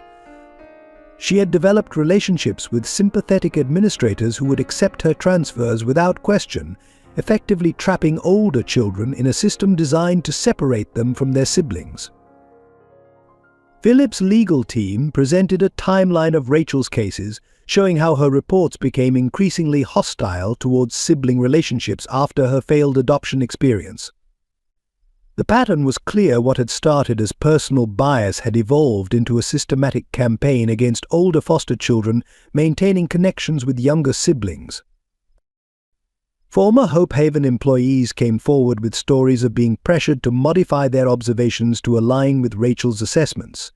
Those who refused found their reports mysteriously missing from official files, their concerns dismissed as unprofessional emotional attachment to their charges. The most damning evidence came from Rachel's own computer files, obtained through legal discovery. Hidden folders contained templates for separation justifications, pre-written assessments that could be easily modified to fit different cases, and a tracking system for monitoring the success of her separations. Dr. Martinez, analyzing the psychological impact of Rachel's actions, presented research showing the devastating effects of her campaign. We're looking at hundreds of children who have suffered severe attachment disorders, depression, and trust issues as a direct result of these forced separations, she testified. The trauma inflicted by these actions will affect many of these children for the rest of their lives. Rachel's composed professional demeanor finally cracked under the weight of the evidence. When confronted with a particularly emotional letter from a separated sibling pair, she burst out, "They don't understand. All the children are damaged, they carry their trauma like a disease. I was trying to protect the younger ones from being infected by their pain." The outburst revealed the deep-seated prejudice driving her actions. Her personal experience with one troubled teenager had led her to view all older foster children as threats to younger ones, regardless of the actual dynamics of their relationships. The court heard testimony from administrative staff who had been coerced into backdating documents and altering records at Rachel's direction. Each revelation added to the picture of a professional who had abused her position to enact a personal vendetta against older foster children. As the evidence mounted, Rachel's final attempt to defend her actions only served to further expose her bias. "I was trying to give these younger children their best chance," she insisted, her voice rising with desperation. How can they have a fresh start when they're tied to siblings who carry the weight of their shared trauma? The courtroom's reaction to this statement was palpable. The deep prejudice, Underlying her words, the assumption that shared trauma was a contaminant rather than a bond revealed how thoroughly her personal experience had corrupted her professional judgment. As Rachel's conspiracy unraveled, the strength of Denise and Brittany's bond stood in stark contrast to her dark view of sibling relationships. Their unity, maintained despite every effort to break it, served as powerful testament to the resilience of family bonds that formed through choice and love, rather than mere circumstance. Judge Robert Williams sat behind his imposing oak desk, his stern expression masking the turmoil within as he prepared to deliver what would become one of the most controversial decisions of his career. Despite the overwhelming evidence of Rachel's misconduct, legal precedent and system regulations presented significant obstacles to Philip's unprecedented request for joint adoption. After careful consideration of all presented evidence, Judge Williams began, his voice echoing through the silent courtroom. While I find Ms. Thompson's actions deeply troubling and worthy of separate investigation, I am bound by current adoption regulations which prioritize traditional family structures and age-appropriate placements. Therefore, I must initially deny Mr. Mason's petition for joint adoption. The courtroom erupted in shocked murmurs. Brittany's small hands gripped Denise's tighter while Philip stood frozen, disbelief etched across his features. Judge Williams raised his hand for silence before continuing to explain his decision, citing specific statutes that made approving such an unusual adoption legally problematic, and the law as currently written, he elaborated, does not adequately address situations where an adult seeks to adopt both an older and younger child who are not biologically related. While Mr. Mason's intentions are admirable, approving such an adoption could set a precedent that our current legal framework is not prepared to support. Eleanor Mitchell, who had been taking notes throughout the proceedings, dropped her pen in frustration. The judge's adherence to regulatory constraints seemed to ignore the human element at the core of the case. Philip's legal team immediately began shuffling papers, preparing for an appeal, while Rachel Thompson's slight smile suggested she felt vindicated despite her exposed misconduct. The judge continued outlining the technical reasons for his decision. He cited concerns about age gaps in adoption, questioned the stability of non-biological sibling bonds, and expressed worry about setting precedents that might complicate future cases. Each point felt like another brick in a wall separating the sisters. Brittany, understanding enough to know things weren't going well, began to cry silently. Denise wrapped her arm around her sister's shoulders, her own face a mask of controlled pain. Their reactions sparked a wave of emotional responses throughout the courtroom, with many observers openly wiping away tears. Philip stood to address the court again, his voice carrying the weight of genuine emotion. Your Honor, with all due respect, are we not allowing bureaucracy to triumph over humanity? These regulations were created to protect children, not to tear apart existing family bonds. The judge's response was measured but firm. Mr. Mason, I sympathize with your position, but I cannot simply ignore established legal frameworks. The law must evolve through proper channels, not through emotional appeals in individual cases. However, as Judge Williams observed the devastating impact of his words on the two sisters, something shifted in his expression. He added an unusual addendum to his ruling: I will delay the final implementation of this decision for 30 days, during which time I strongly encourage Mr. Mason's legal team to petition for emergency amendments to current adoption regulations. This small concession offered a glimmer of hope, but the immediate reality remained harsh. Denise would still face transfer to Riverside Youth Center while any appeals were pending. But the separation that Rachel had engineered would proceed, albeit temporarily, despite all evidence of its harmful nature. The courtroom atmosphere grew heavy with despair as the implications became clear. Philip's legal team huddled in urgent consultation while social workers began discussing immediate transfer arrangements for Denise. The system's machinery was in motion, seemingly unstoppable, despite its obvious flaws. The night before her scheduled transfer to Riverside Youth Center, Denise Evans made a desperate decision. The full moon cast long shadows across Hope Haven's grounds as she silently packed a small backpack with essentials, some clothes, the few dollars she had saved, and most importantly, photos of herself and Brittany. At midnight, when the night staff made their usual rounds, Denise slipped out of her bed, careful not to wake the other girls. She had memorized the guard schedules, knew which floorboards creaked, and had calculated exactly how long it would take to reach the old oak tree where she and Brittany had spent so many happy hours. Her plan was simple but desperate. She would hide in the city, find work somewhere, and somehow maintain contact with Brittany. In her 16-year-old mind, any alternative seemed better than being sent away from her sister. She had left a note on her pillow: "I'm not running away from something, I'm running towards someone. Please understand." As she crept down the hallway, a floorboard creaked unexpectedly. Denise froze, her heart pounding so loudly she was sure it would give her away. But it wasn't a staff member who emerged from the shadows, it was Brittany, clutching her own hastily packed backpack. "I knew you would try to leave," Brittany whispered, her small face determined in the moonlight. "I'm coming with you. We promised to stay together, remember?" The sight of her 7-year-old sister ready to face the streets rather than be separated brought Denise's plan crashing down around her. Reality hit hard as Denise looked at Brittany's innocent face. How could she protect a 7-year-old on the streets? Where would they sleep? What would they eat? The responsibility of her sister's safety overwhelmed her impulsive plan. But before Denise could respond, lights flooded the hallway. Eleanor Mitchell stood at the end of the corridor, her face a mixture of sadness and understanding. "Oh, my dear girl," she said softly, "I've been expecting this." She had known Denise well enough to anticipate her attempt to escape. What followed was chaos.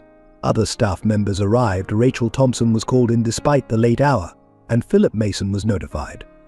As Denise was led back to her room, she could hear Brittany's protests echoing through the halls. "Don't take her away. Please. We promised to stay together." Rachel Thompson arrived looking triumphant, using the escape attempt as further evidence of Denise's negative influence. She immediately began writing notes, presumably for another damning report. "This proves exactly what I've been saying," she declared. "This kind of desperate behavior is precisely why separation is necessary." Philip Mason arrived just as Denise was being secured in her room under watch. The sight of the teenage girl, defeated and broken, clutching a photo of herself and Brittany, hit him harder than he expected. This wasn't the action of a troubled teen with attachment issues. This was a sister trying desperately to keep her family together. Eleanor Mitchell stood guard outside Denise's room that night, not to prevent another escape attempt, but to protect her from Rachel's attempts to interview her in her vulnerable state. Through the door, she could hear Denise's muffled sobs, each one a testament to the pain of impending separation. As dawn broke, Hope Haven was quiet except for the sound of a transport van arriving from Riverside Youth Center. Denise sat on her bed, no longer crying, her face set in a mask of resignation. Her failed escape attempt had not only failed to prevent the separation, but had given Rachel more ammunition against her. The tragedy wasn't just in the failed escape, but in the systemic failure that had driven a responsible, caring teenager to such desperate measures. As Denise was led to the transport van, the weight of defeat was visible in every step. Her last glimpse of Hope Haven would be Brittany's face pressed against a window, their separation now inevitable, despite their desperate attempt to prevent it. The day after Denise's transfer, Brittany's emotional state deteriorated rapidly.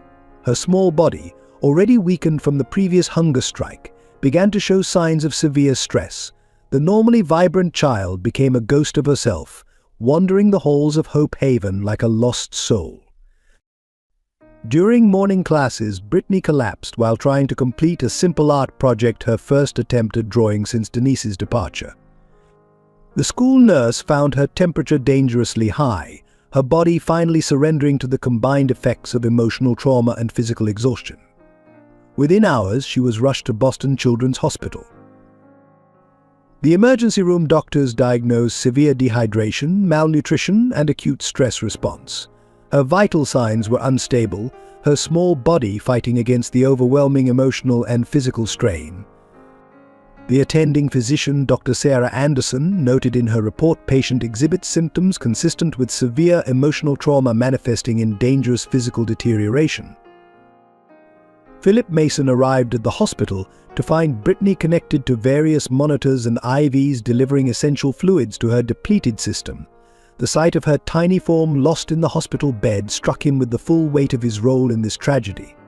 Her artwork, which had once been so full of color and life, now lay untouched on her bedside table, the papers as blank as her expression. She's experiencing what we call an acute stress response, Dr. Anderson explained to Philip. Her body is literally shutting down in response to emotional trauma. Children her age shouldn't have to endure this level of psychological distress. The doctor's words carried an implicit criticism of the system that had allowed this to happen. At night, the hospital staff reported hearing Brittany calling out for Denise in her sleep. Her nightmares became so severe that sedation was eventually necessary to allow her body the rest it desperately needed. The nurses noted that she would clutch a worn photograph of herself and Denise even in her medicated sleep. Rachel Thompson attempted to visit, clipboard in hand, presumably to document this latest development. The hospital staff, led by Dr. Anderson, firmly denied her access to Brittany's room. This child needs healing, not documentation. The doctor stated firmly, placing herself between Rachel and the hospital room door. Eleanor Mitchell spent her free hours at Brittany's bedside, reading the stories that Denise used to read to her sister. The familiar words seemed to have a calming effect, though Brittany remained largely unresponsive. Each story was a painful reminder of what had been torn away from this already traumatized child. Child psychiatrist Dr. James Bennett was brought in to evaluate Brittany's mental state. His assessment was damning. Patient exhibits symptoms of severe attachment disruption trauma. The forced separation from her primary emotional support has created a psychological crisis that manifests in physical symptoms. Philip, watching Brittany's continuing decline, finally reached his breaking point in the sterile hospital corridor. He confronted Rachel Thompson, who had returned for another attempt to document the situation. "Are you satisfied now?" he demanded. "Is this enough proof of the damage you've caused?" Rachel's only response was to make another note in her ever-present file. Days passed, and while Brittany's physical condition stabilized somewhat, her emotional state remained fragile. She would spend hours staring out the hospital window as if searching for someone in the distance. The child psychologist noted that her drawings, when she could be convinced to attempt them, showed only broken hearts and separated figures. A particularly heartbreaking moment came when Brittany, in a brief moment of lucidity, asked Philip a question that cut to the heart of the matter. If love is supposed to be good, why does it hurt so much? The question left him speechless, confronting the fundamental cruelty of a system that could turn a child's capacity for love into a source of such profound suffering. The story of Denise and Brittany broke in the Boston Globe on a Sunday morning, the headline reading "Separated Sisters, the Hidden Cost of Foster Care Politics." Within hours, the article went viral, touching hearts and igniting outrage across social media platforms.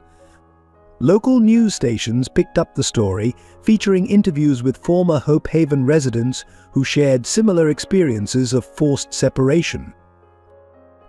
The image of Brittany in her hospital bed, clutching a photo of Denise, became a powerful symbol of a system that prioritized procedure over human connection. A grassroots movement emerged almost overnight to keep sisters together. It started trending on social media, with thousands sharing their own stories of sibling separation in the foster care system. Former foster children, adoptive parents, and child welfare advocates began organizing protests outside the county courthouse. Community leaders stepped forward to support the cause.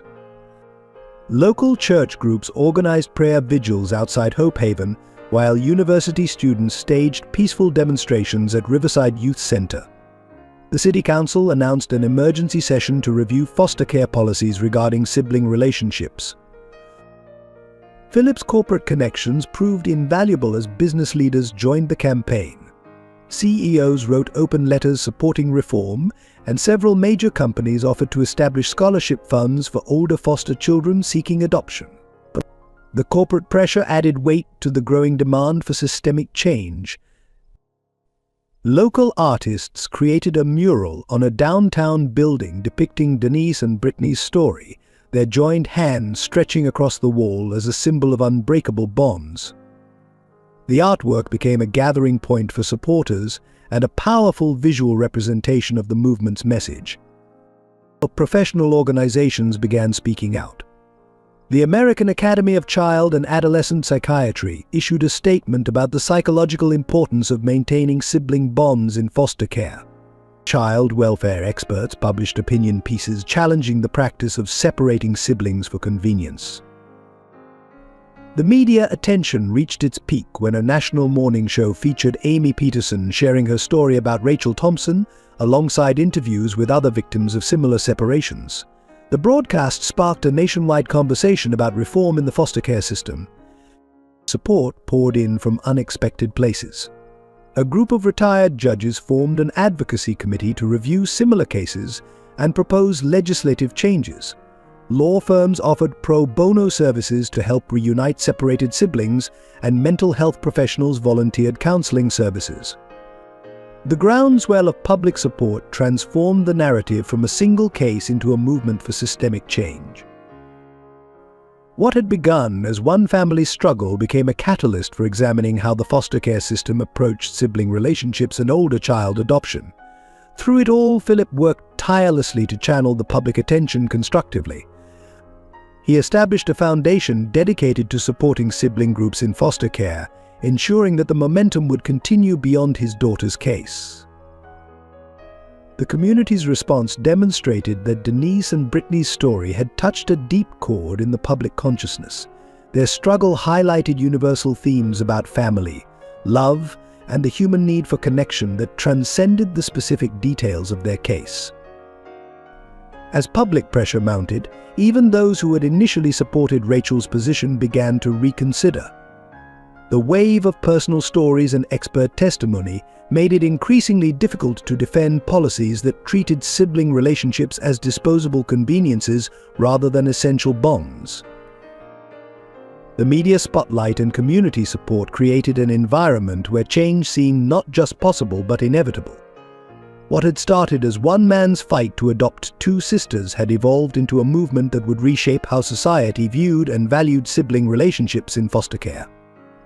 Sitting in the dimly lit hospital room watching Brittany's restless sleep, Philip Mason experienced an epiphany that would fundamentally change his perspective on family and love. The steady beeping of medical monitors provided a rhythm to his thoughts as he confronted the truth he had been avoiding. He pulled out his wallet and looked at the worn photo of Sarah, his lost daughter, that he always carried. For the first time, he saw clearly how his grief had colored his initial intentions with Brittany. He had been seeking to replace what was lost, to recreate a family that could never truly be restored. "I've been so blind," he whispered to himself, watching Brittany's chest rise and fall with each troubled breath. He realized that his focus on recreating his lost family had made him complicit in destroying another. The irony struck him hard in his attempt to heal his own pain. He had contributed to inflicting similar pain on two innocent souls. The realization deepened as he recalled Brittany's artwork from her early days at his mansion. She had always drawn two figures, never one, but he had chosen to see only what he wanted to see. Her art hadn't been incomplete, it had been telling a truth he refused to acknowledge. A nurse entered to check Brittany's vitals, commenting on how the child seemed to breathe easier when holding the photo of herself and Denise. Something about this simple observation broke through Philip's final defenses. Family wasn't about replacing what was lost, it was about opening your heart to new love while honoring what came before. He thought about Sarah, really thought about her, for the first time in years. His daughter had always wanted a sister, had dreamed of sharing her room, her toys, her life with a sibling. Would she have wanted him to separate two sisters who had found each other against all odds? The monitors beeped steadily as Philip made his way to the window, looking out at the Boston skyline. His mansion, which he had so carefully prepared for one child, suddenly seemed emptier than ever. He had been trying to fill it with a replacement when what it really needed was to become a home for a new kind of family. Eleanor Mitchell found him there hours later, still standing by the window. "You know," she said gently, "sometimes the families we choose are stronger than the ones we're born into." Her words crystallized everything Philip had been feeling. He turned to face her, his decision already made. "I've been trying to recreate the past instead of building a future," he admitted. "These girls don't need someone to separate them or to make them into something they're not. They need someone to protect their bond, to give them a place where they can grow together." Looking at Brittany's sleeping form, Philip saw not just a child who reminded him of Sarah, but a complete person with her own needs, her own love, and her own family bonds. The realization brought both pain and liberation: pain at recognizing his earlier blindness, and liberation in finally seeing the truth. "Sarah would have loved them both," he said softly, touching his daughter's photo one last time before putting it away. This wasn't about replacing her, it was about honoring her memory by opening his heart to love in a new way. The breakthrough came unexpectedly through Amy Peterson, the very teenager whose failed adoption 15 years ago had triggered Rachel Thompson's crusade against older foster children. Now 31, Amy arrived at Philip's office clutching a folder of old documents that would expose the dark truth behind Rachel's actions. "I need to tell you what really happened," Amy began, her hands trembling as she spread photographs and letters across Philip's desk. "Rachel Thompson didn't fail to adopt me. I escaped from her. What she's doing to Denise and other teenagers, she tried to do to me first."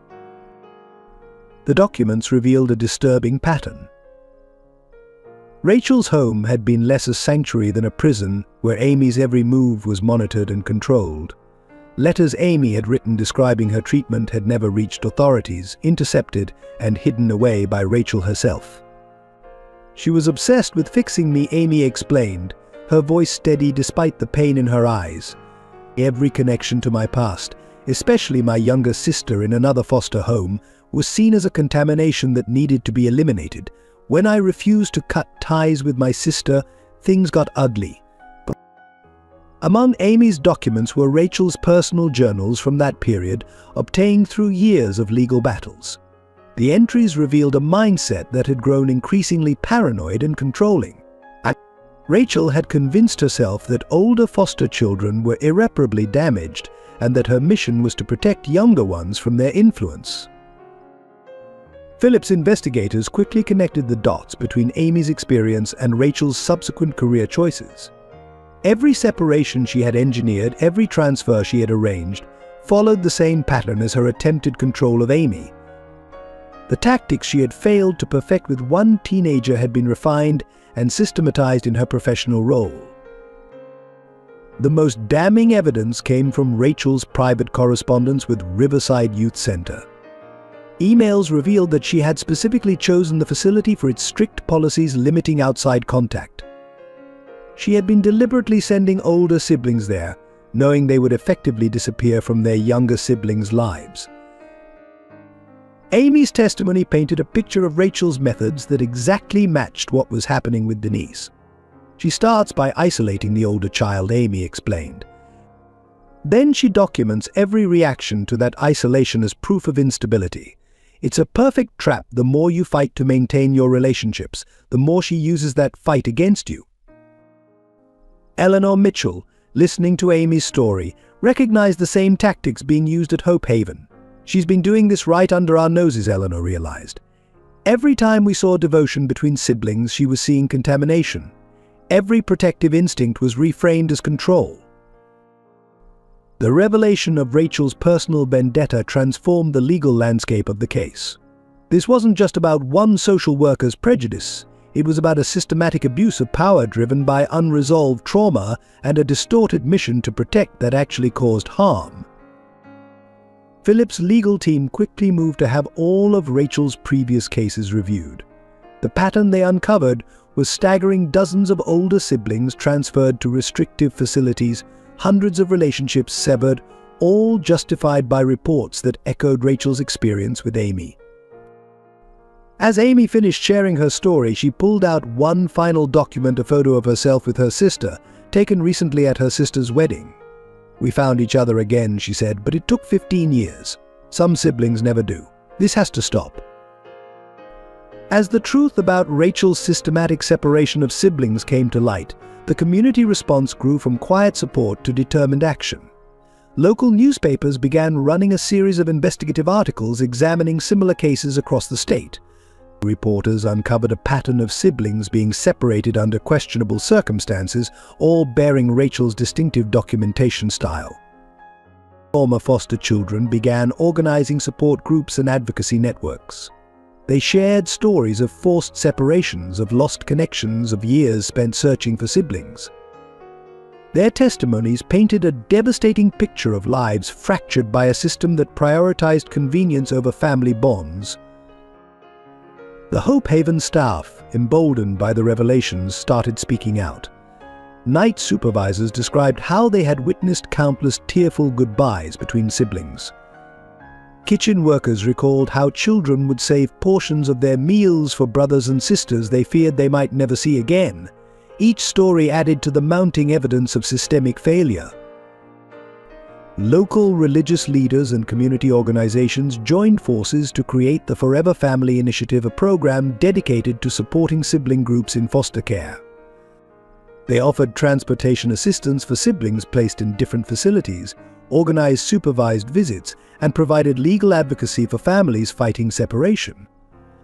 Social workers from other districts began reviewing their own cases, looking for similar patterns.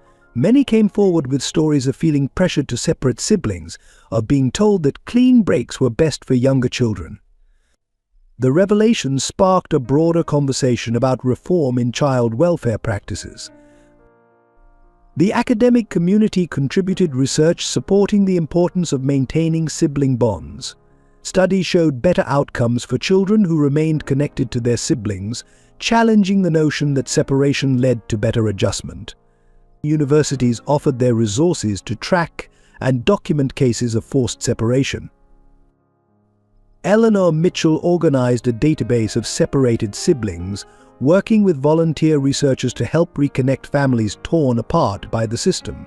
The project quickly expanded as more cases came to light. Social media became a powerful tool, with dedicated groups helping siblings find each other after years of separation. Local businesses showed their support in practical ways. Law firms offered pro bono services to families fighting separation orders. Tech companies developed apps to help siblings maintain contact across distance. Transportation companies provided free passes for siblings to visit each other. The arts community joined the cause, creating powerful visual representations of the separated families' stories. A local theater group developed a play based on testimonies from former foster children, bringing their experiences to life for audiences across the city. Art galleries hosted exhibitions featuring work by children affected by separation. Medical professionals began documenting the physical and emotional impact of sibling separation. Pediatricians reported increased rates of anxiety and depression in separated children. Mental health experts provided testimony about the long-term trauma caused by forced separation.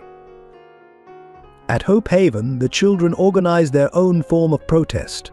They created a wall of remembrance, covering it with photos and stories of siblings who had been separated. Each new addition strengthened their resolve to prevent future separations and inspired more people to join the cause.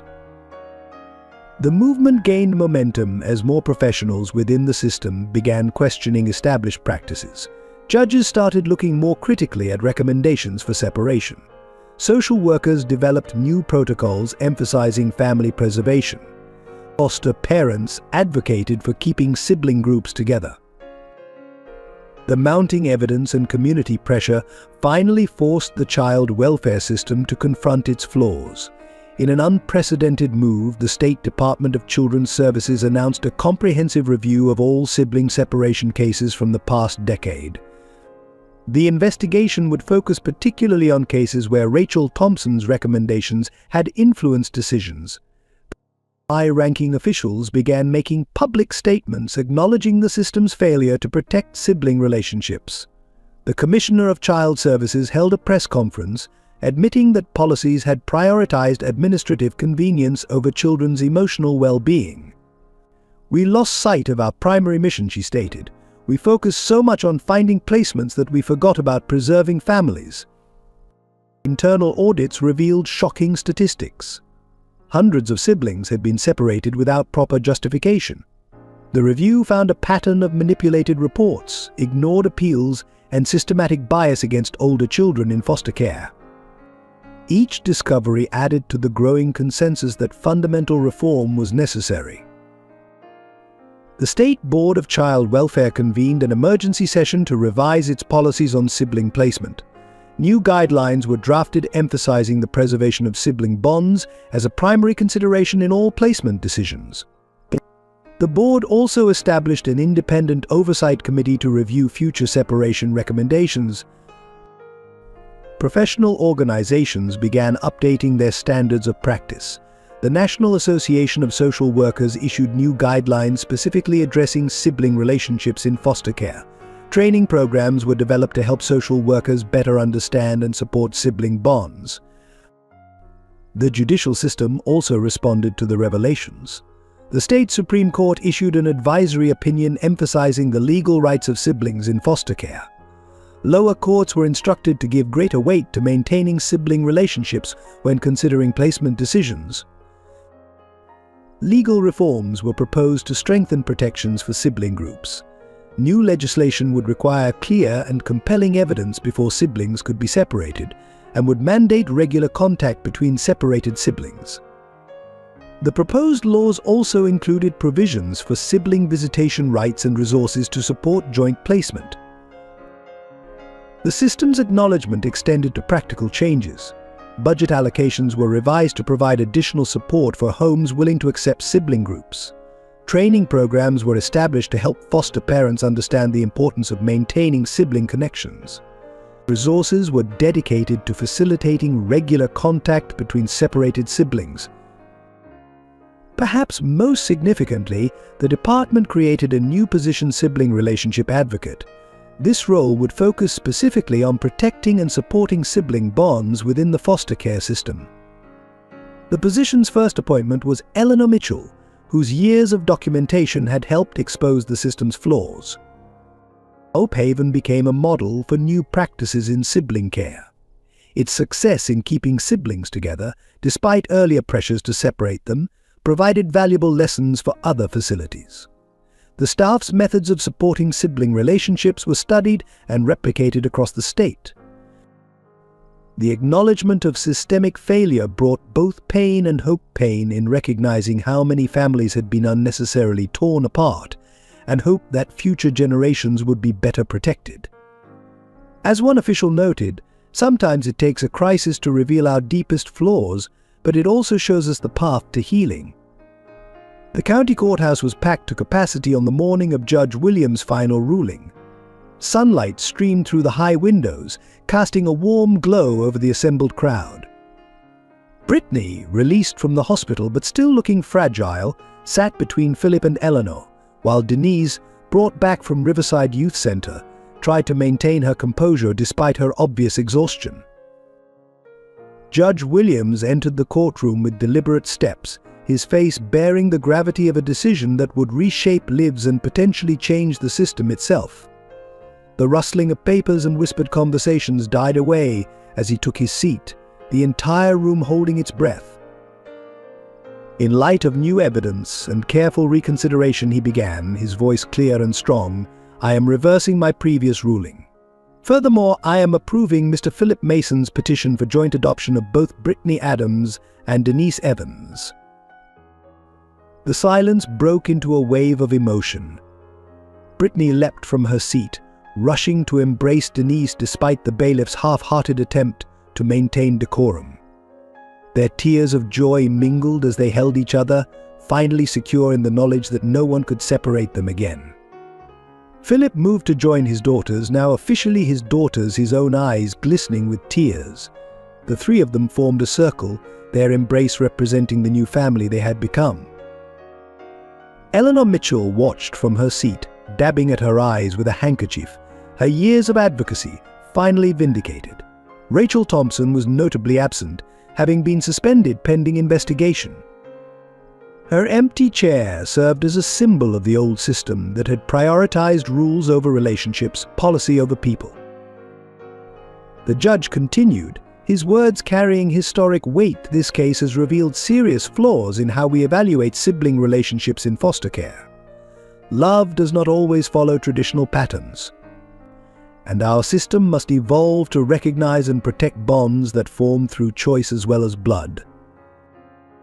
As he spoke, Brittany pulled out her sketchbook, the first time she had drawn since Denise's transfer.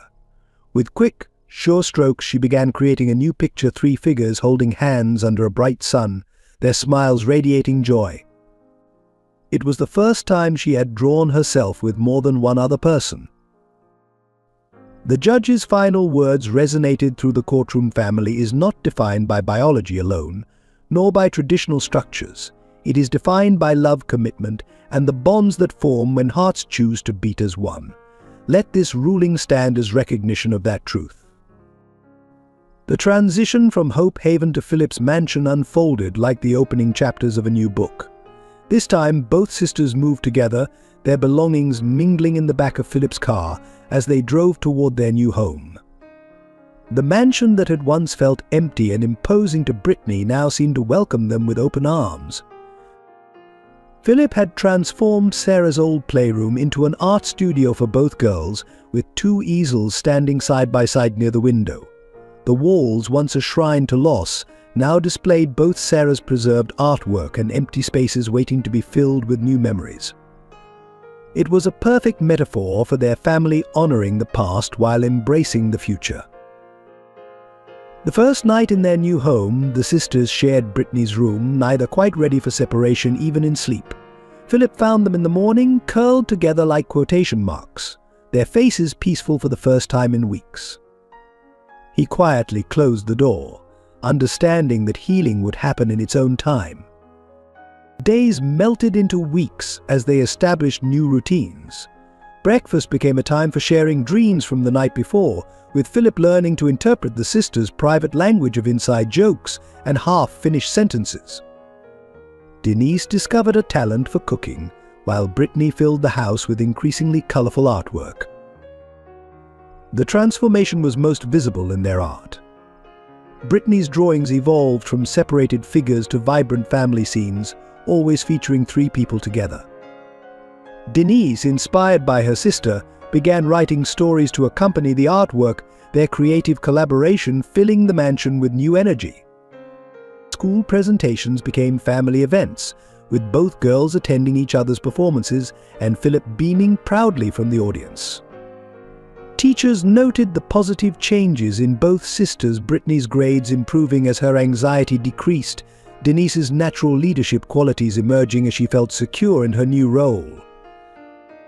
Philip learned to navigate the delicate balance of being both authority figure and healing presence. He discovered that sometimes the best parenting happened in quiet moments, helping with homework, listening to their stories, or simply being present while they worked through their remaining fears.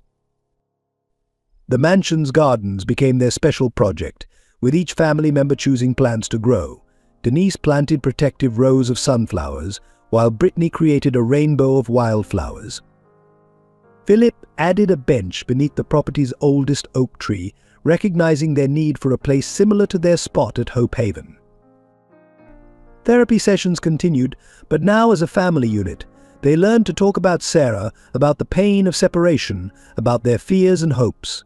Through these conversations, they built a stronger foundation, understanding that their new family was built on choice, love, and mutual healing. 1 year after the adoption, Philip Mason stood at a podium in the newly renovated community center. announcing the launch of the Forever Sisters Foundation. Beside him, Denise and Brittany held hands, their presence a testament to the power of love over bureaucracy, of family bonds over system constraints. The Foundation's mission was clear: to protect and support sibling relationships in foster care. Its first initiative provided legal assistance to families seeking to adopt sibling groups, ensuring that no other children would face the battle they had endured. Philip had dedicated a significant portion of his fortune to this cause, turning their personal victory into hope for others. The program expanded rapidly, establishing support groups for separated siblings, funding research into the importance of maintaining family bonds, and creating advocacy networks to challenge outdated policies. Denise, despite her young age, became a powerful speaker at Foundation events, her story inspiring others to fight for their own families. Brittany's artwork became the Foundation's symbol, a simple drawing of two hands clasped together, representing the unbreakable bond between siblings. Her piece is now hung in foster care offices across the state, silent reminders of what was truly at stake in every decision about sibling placement. Eleanor Mitchell joined the Foundation's board of directors, bringing decades of experience and wisdom to their mission.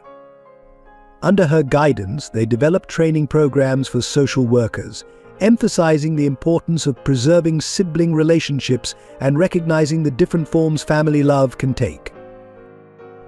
The impact rippled outward. State legislators began reviewing policies on sibling separation, using the Mason case as a catalyst for reform. Other states followed suit, recognizing that the best interests of children often meant keeping siblings together, regardless of age differences or traditional adoption preferences. But Rachel Thompson's case led to a broader investigation of similar practices nationwide. The revelation of her vendetta sparked a movement to ensure that personal bias couldn't override professional judgment in child welfare decisions. Her actions, though damaging, ultimately led to stronger protections for foster children. The Foundation's most powerful work happened in quiet moments, reuniting long-separated siblings, supporting joint adoptions, and creating spaces where foster children could maintain their family bonds. Each success story added to the growing evidence that love in all its forms deserved protection and respect.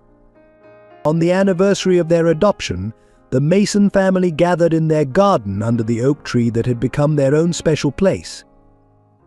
Denise, now preparing for college but determined to stay close to home, and Brittany, blossoming into a talented young artist, sat with Philip as the sun set. "Do you know what I've learned?" Philip asked, watching his daughters with pride. "Family isn't about replacing what's lost or fitting into someone else's mold.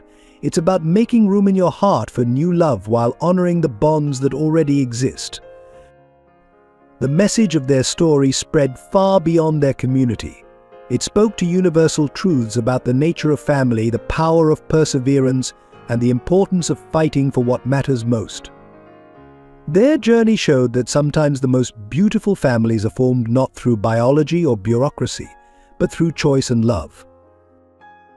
The Forever Sisters Foundation became more than just an organization. It became a symbol of hope, a reminder that change is possible when people stand together for what's right. Through their work, countless other sibling groups found the support they needed to stay together or reunite after separation. Eleanor Mitchell's voice captured the moment perfectly as she watched them leave. "Sometimes the families we choose are the ones that teach us the most about love." The sisters' journey had not just ended in victory, it had opened the door for countless others to follow. The transition from Hope Haven to Philip's mansion unfolded like the opening chapters of a new book. This time both sisters moved together, their belongings mingling in the back of Philip's car as they drove toward their new home.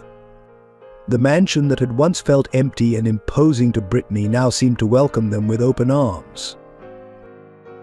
Philip had transformed Sarah's old playroom into an art studio for both girls, with two easels standing side by side near the window. The walls, once a shrine to loss, now displayed both Sarah's preserved artwork and new pieces created by both sisters, a visual testament to how love can grow and change while still honoring what came before. Their story became a beacon of hope for others facing similar struggles. It demonstrated that justice, while sometimes slow, could prevail when enough people stood together for what was right. More importantly, it showed that family bonds, whether formed by birth or choice, deserve protection and respect. In the end, their victory wasn't just about keeping two sisters together. It was about changing how society viewed and valued family relationships. It proved that love doesn't always follow traditional patterns, that healing can come in unexpected forms, and that sometimes the families we choose are as strong as the ones we're born into. As their story continues to inspire others, one truth remains clear: family is not defined by blood or legal documents, but by the connections we forge through love, understanding, and unwavering support. The Mason family stands as living proof that when we open our hearts to new possibilities, we can create something beautiful from even the most challenging circumstances.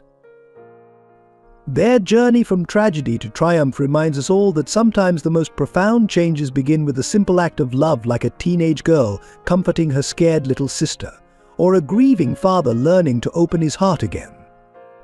In the end, it's these moments of connection that truly define what it means to be a family.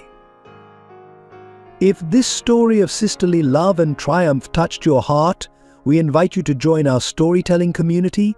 Share your thoughts and experiences in the comments below. Your voice matters in this conversation about family, love, and justice.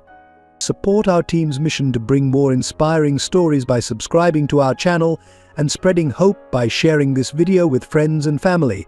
Every like helps us reach more people with messages of love and resilience. Together, we can continue celebrating the power of unconditional love and the true meaning of family.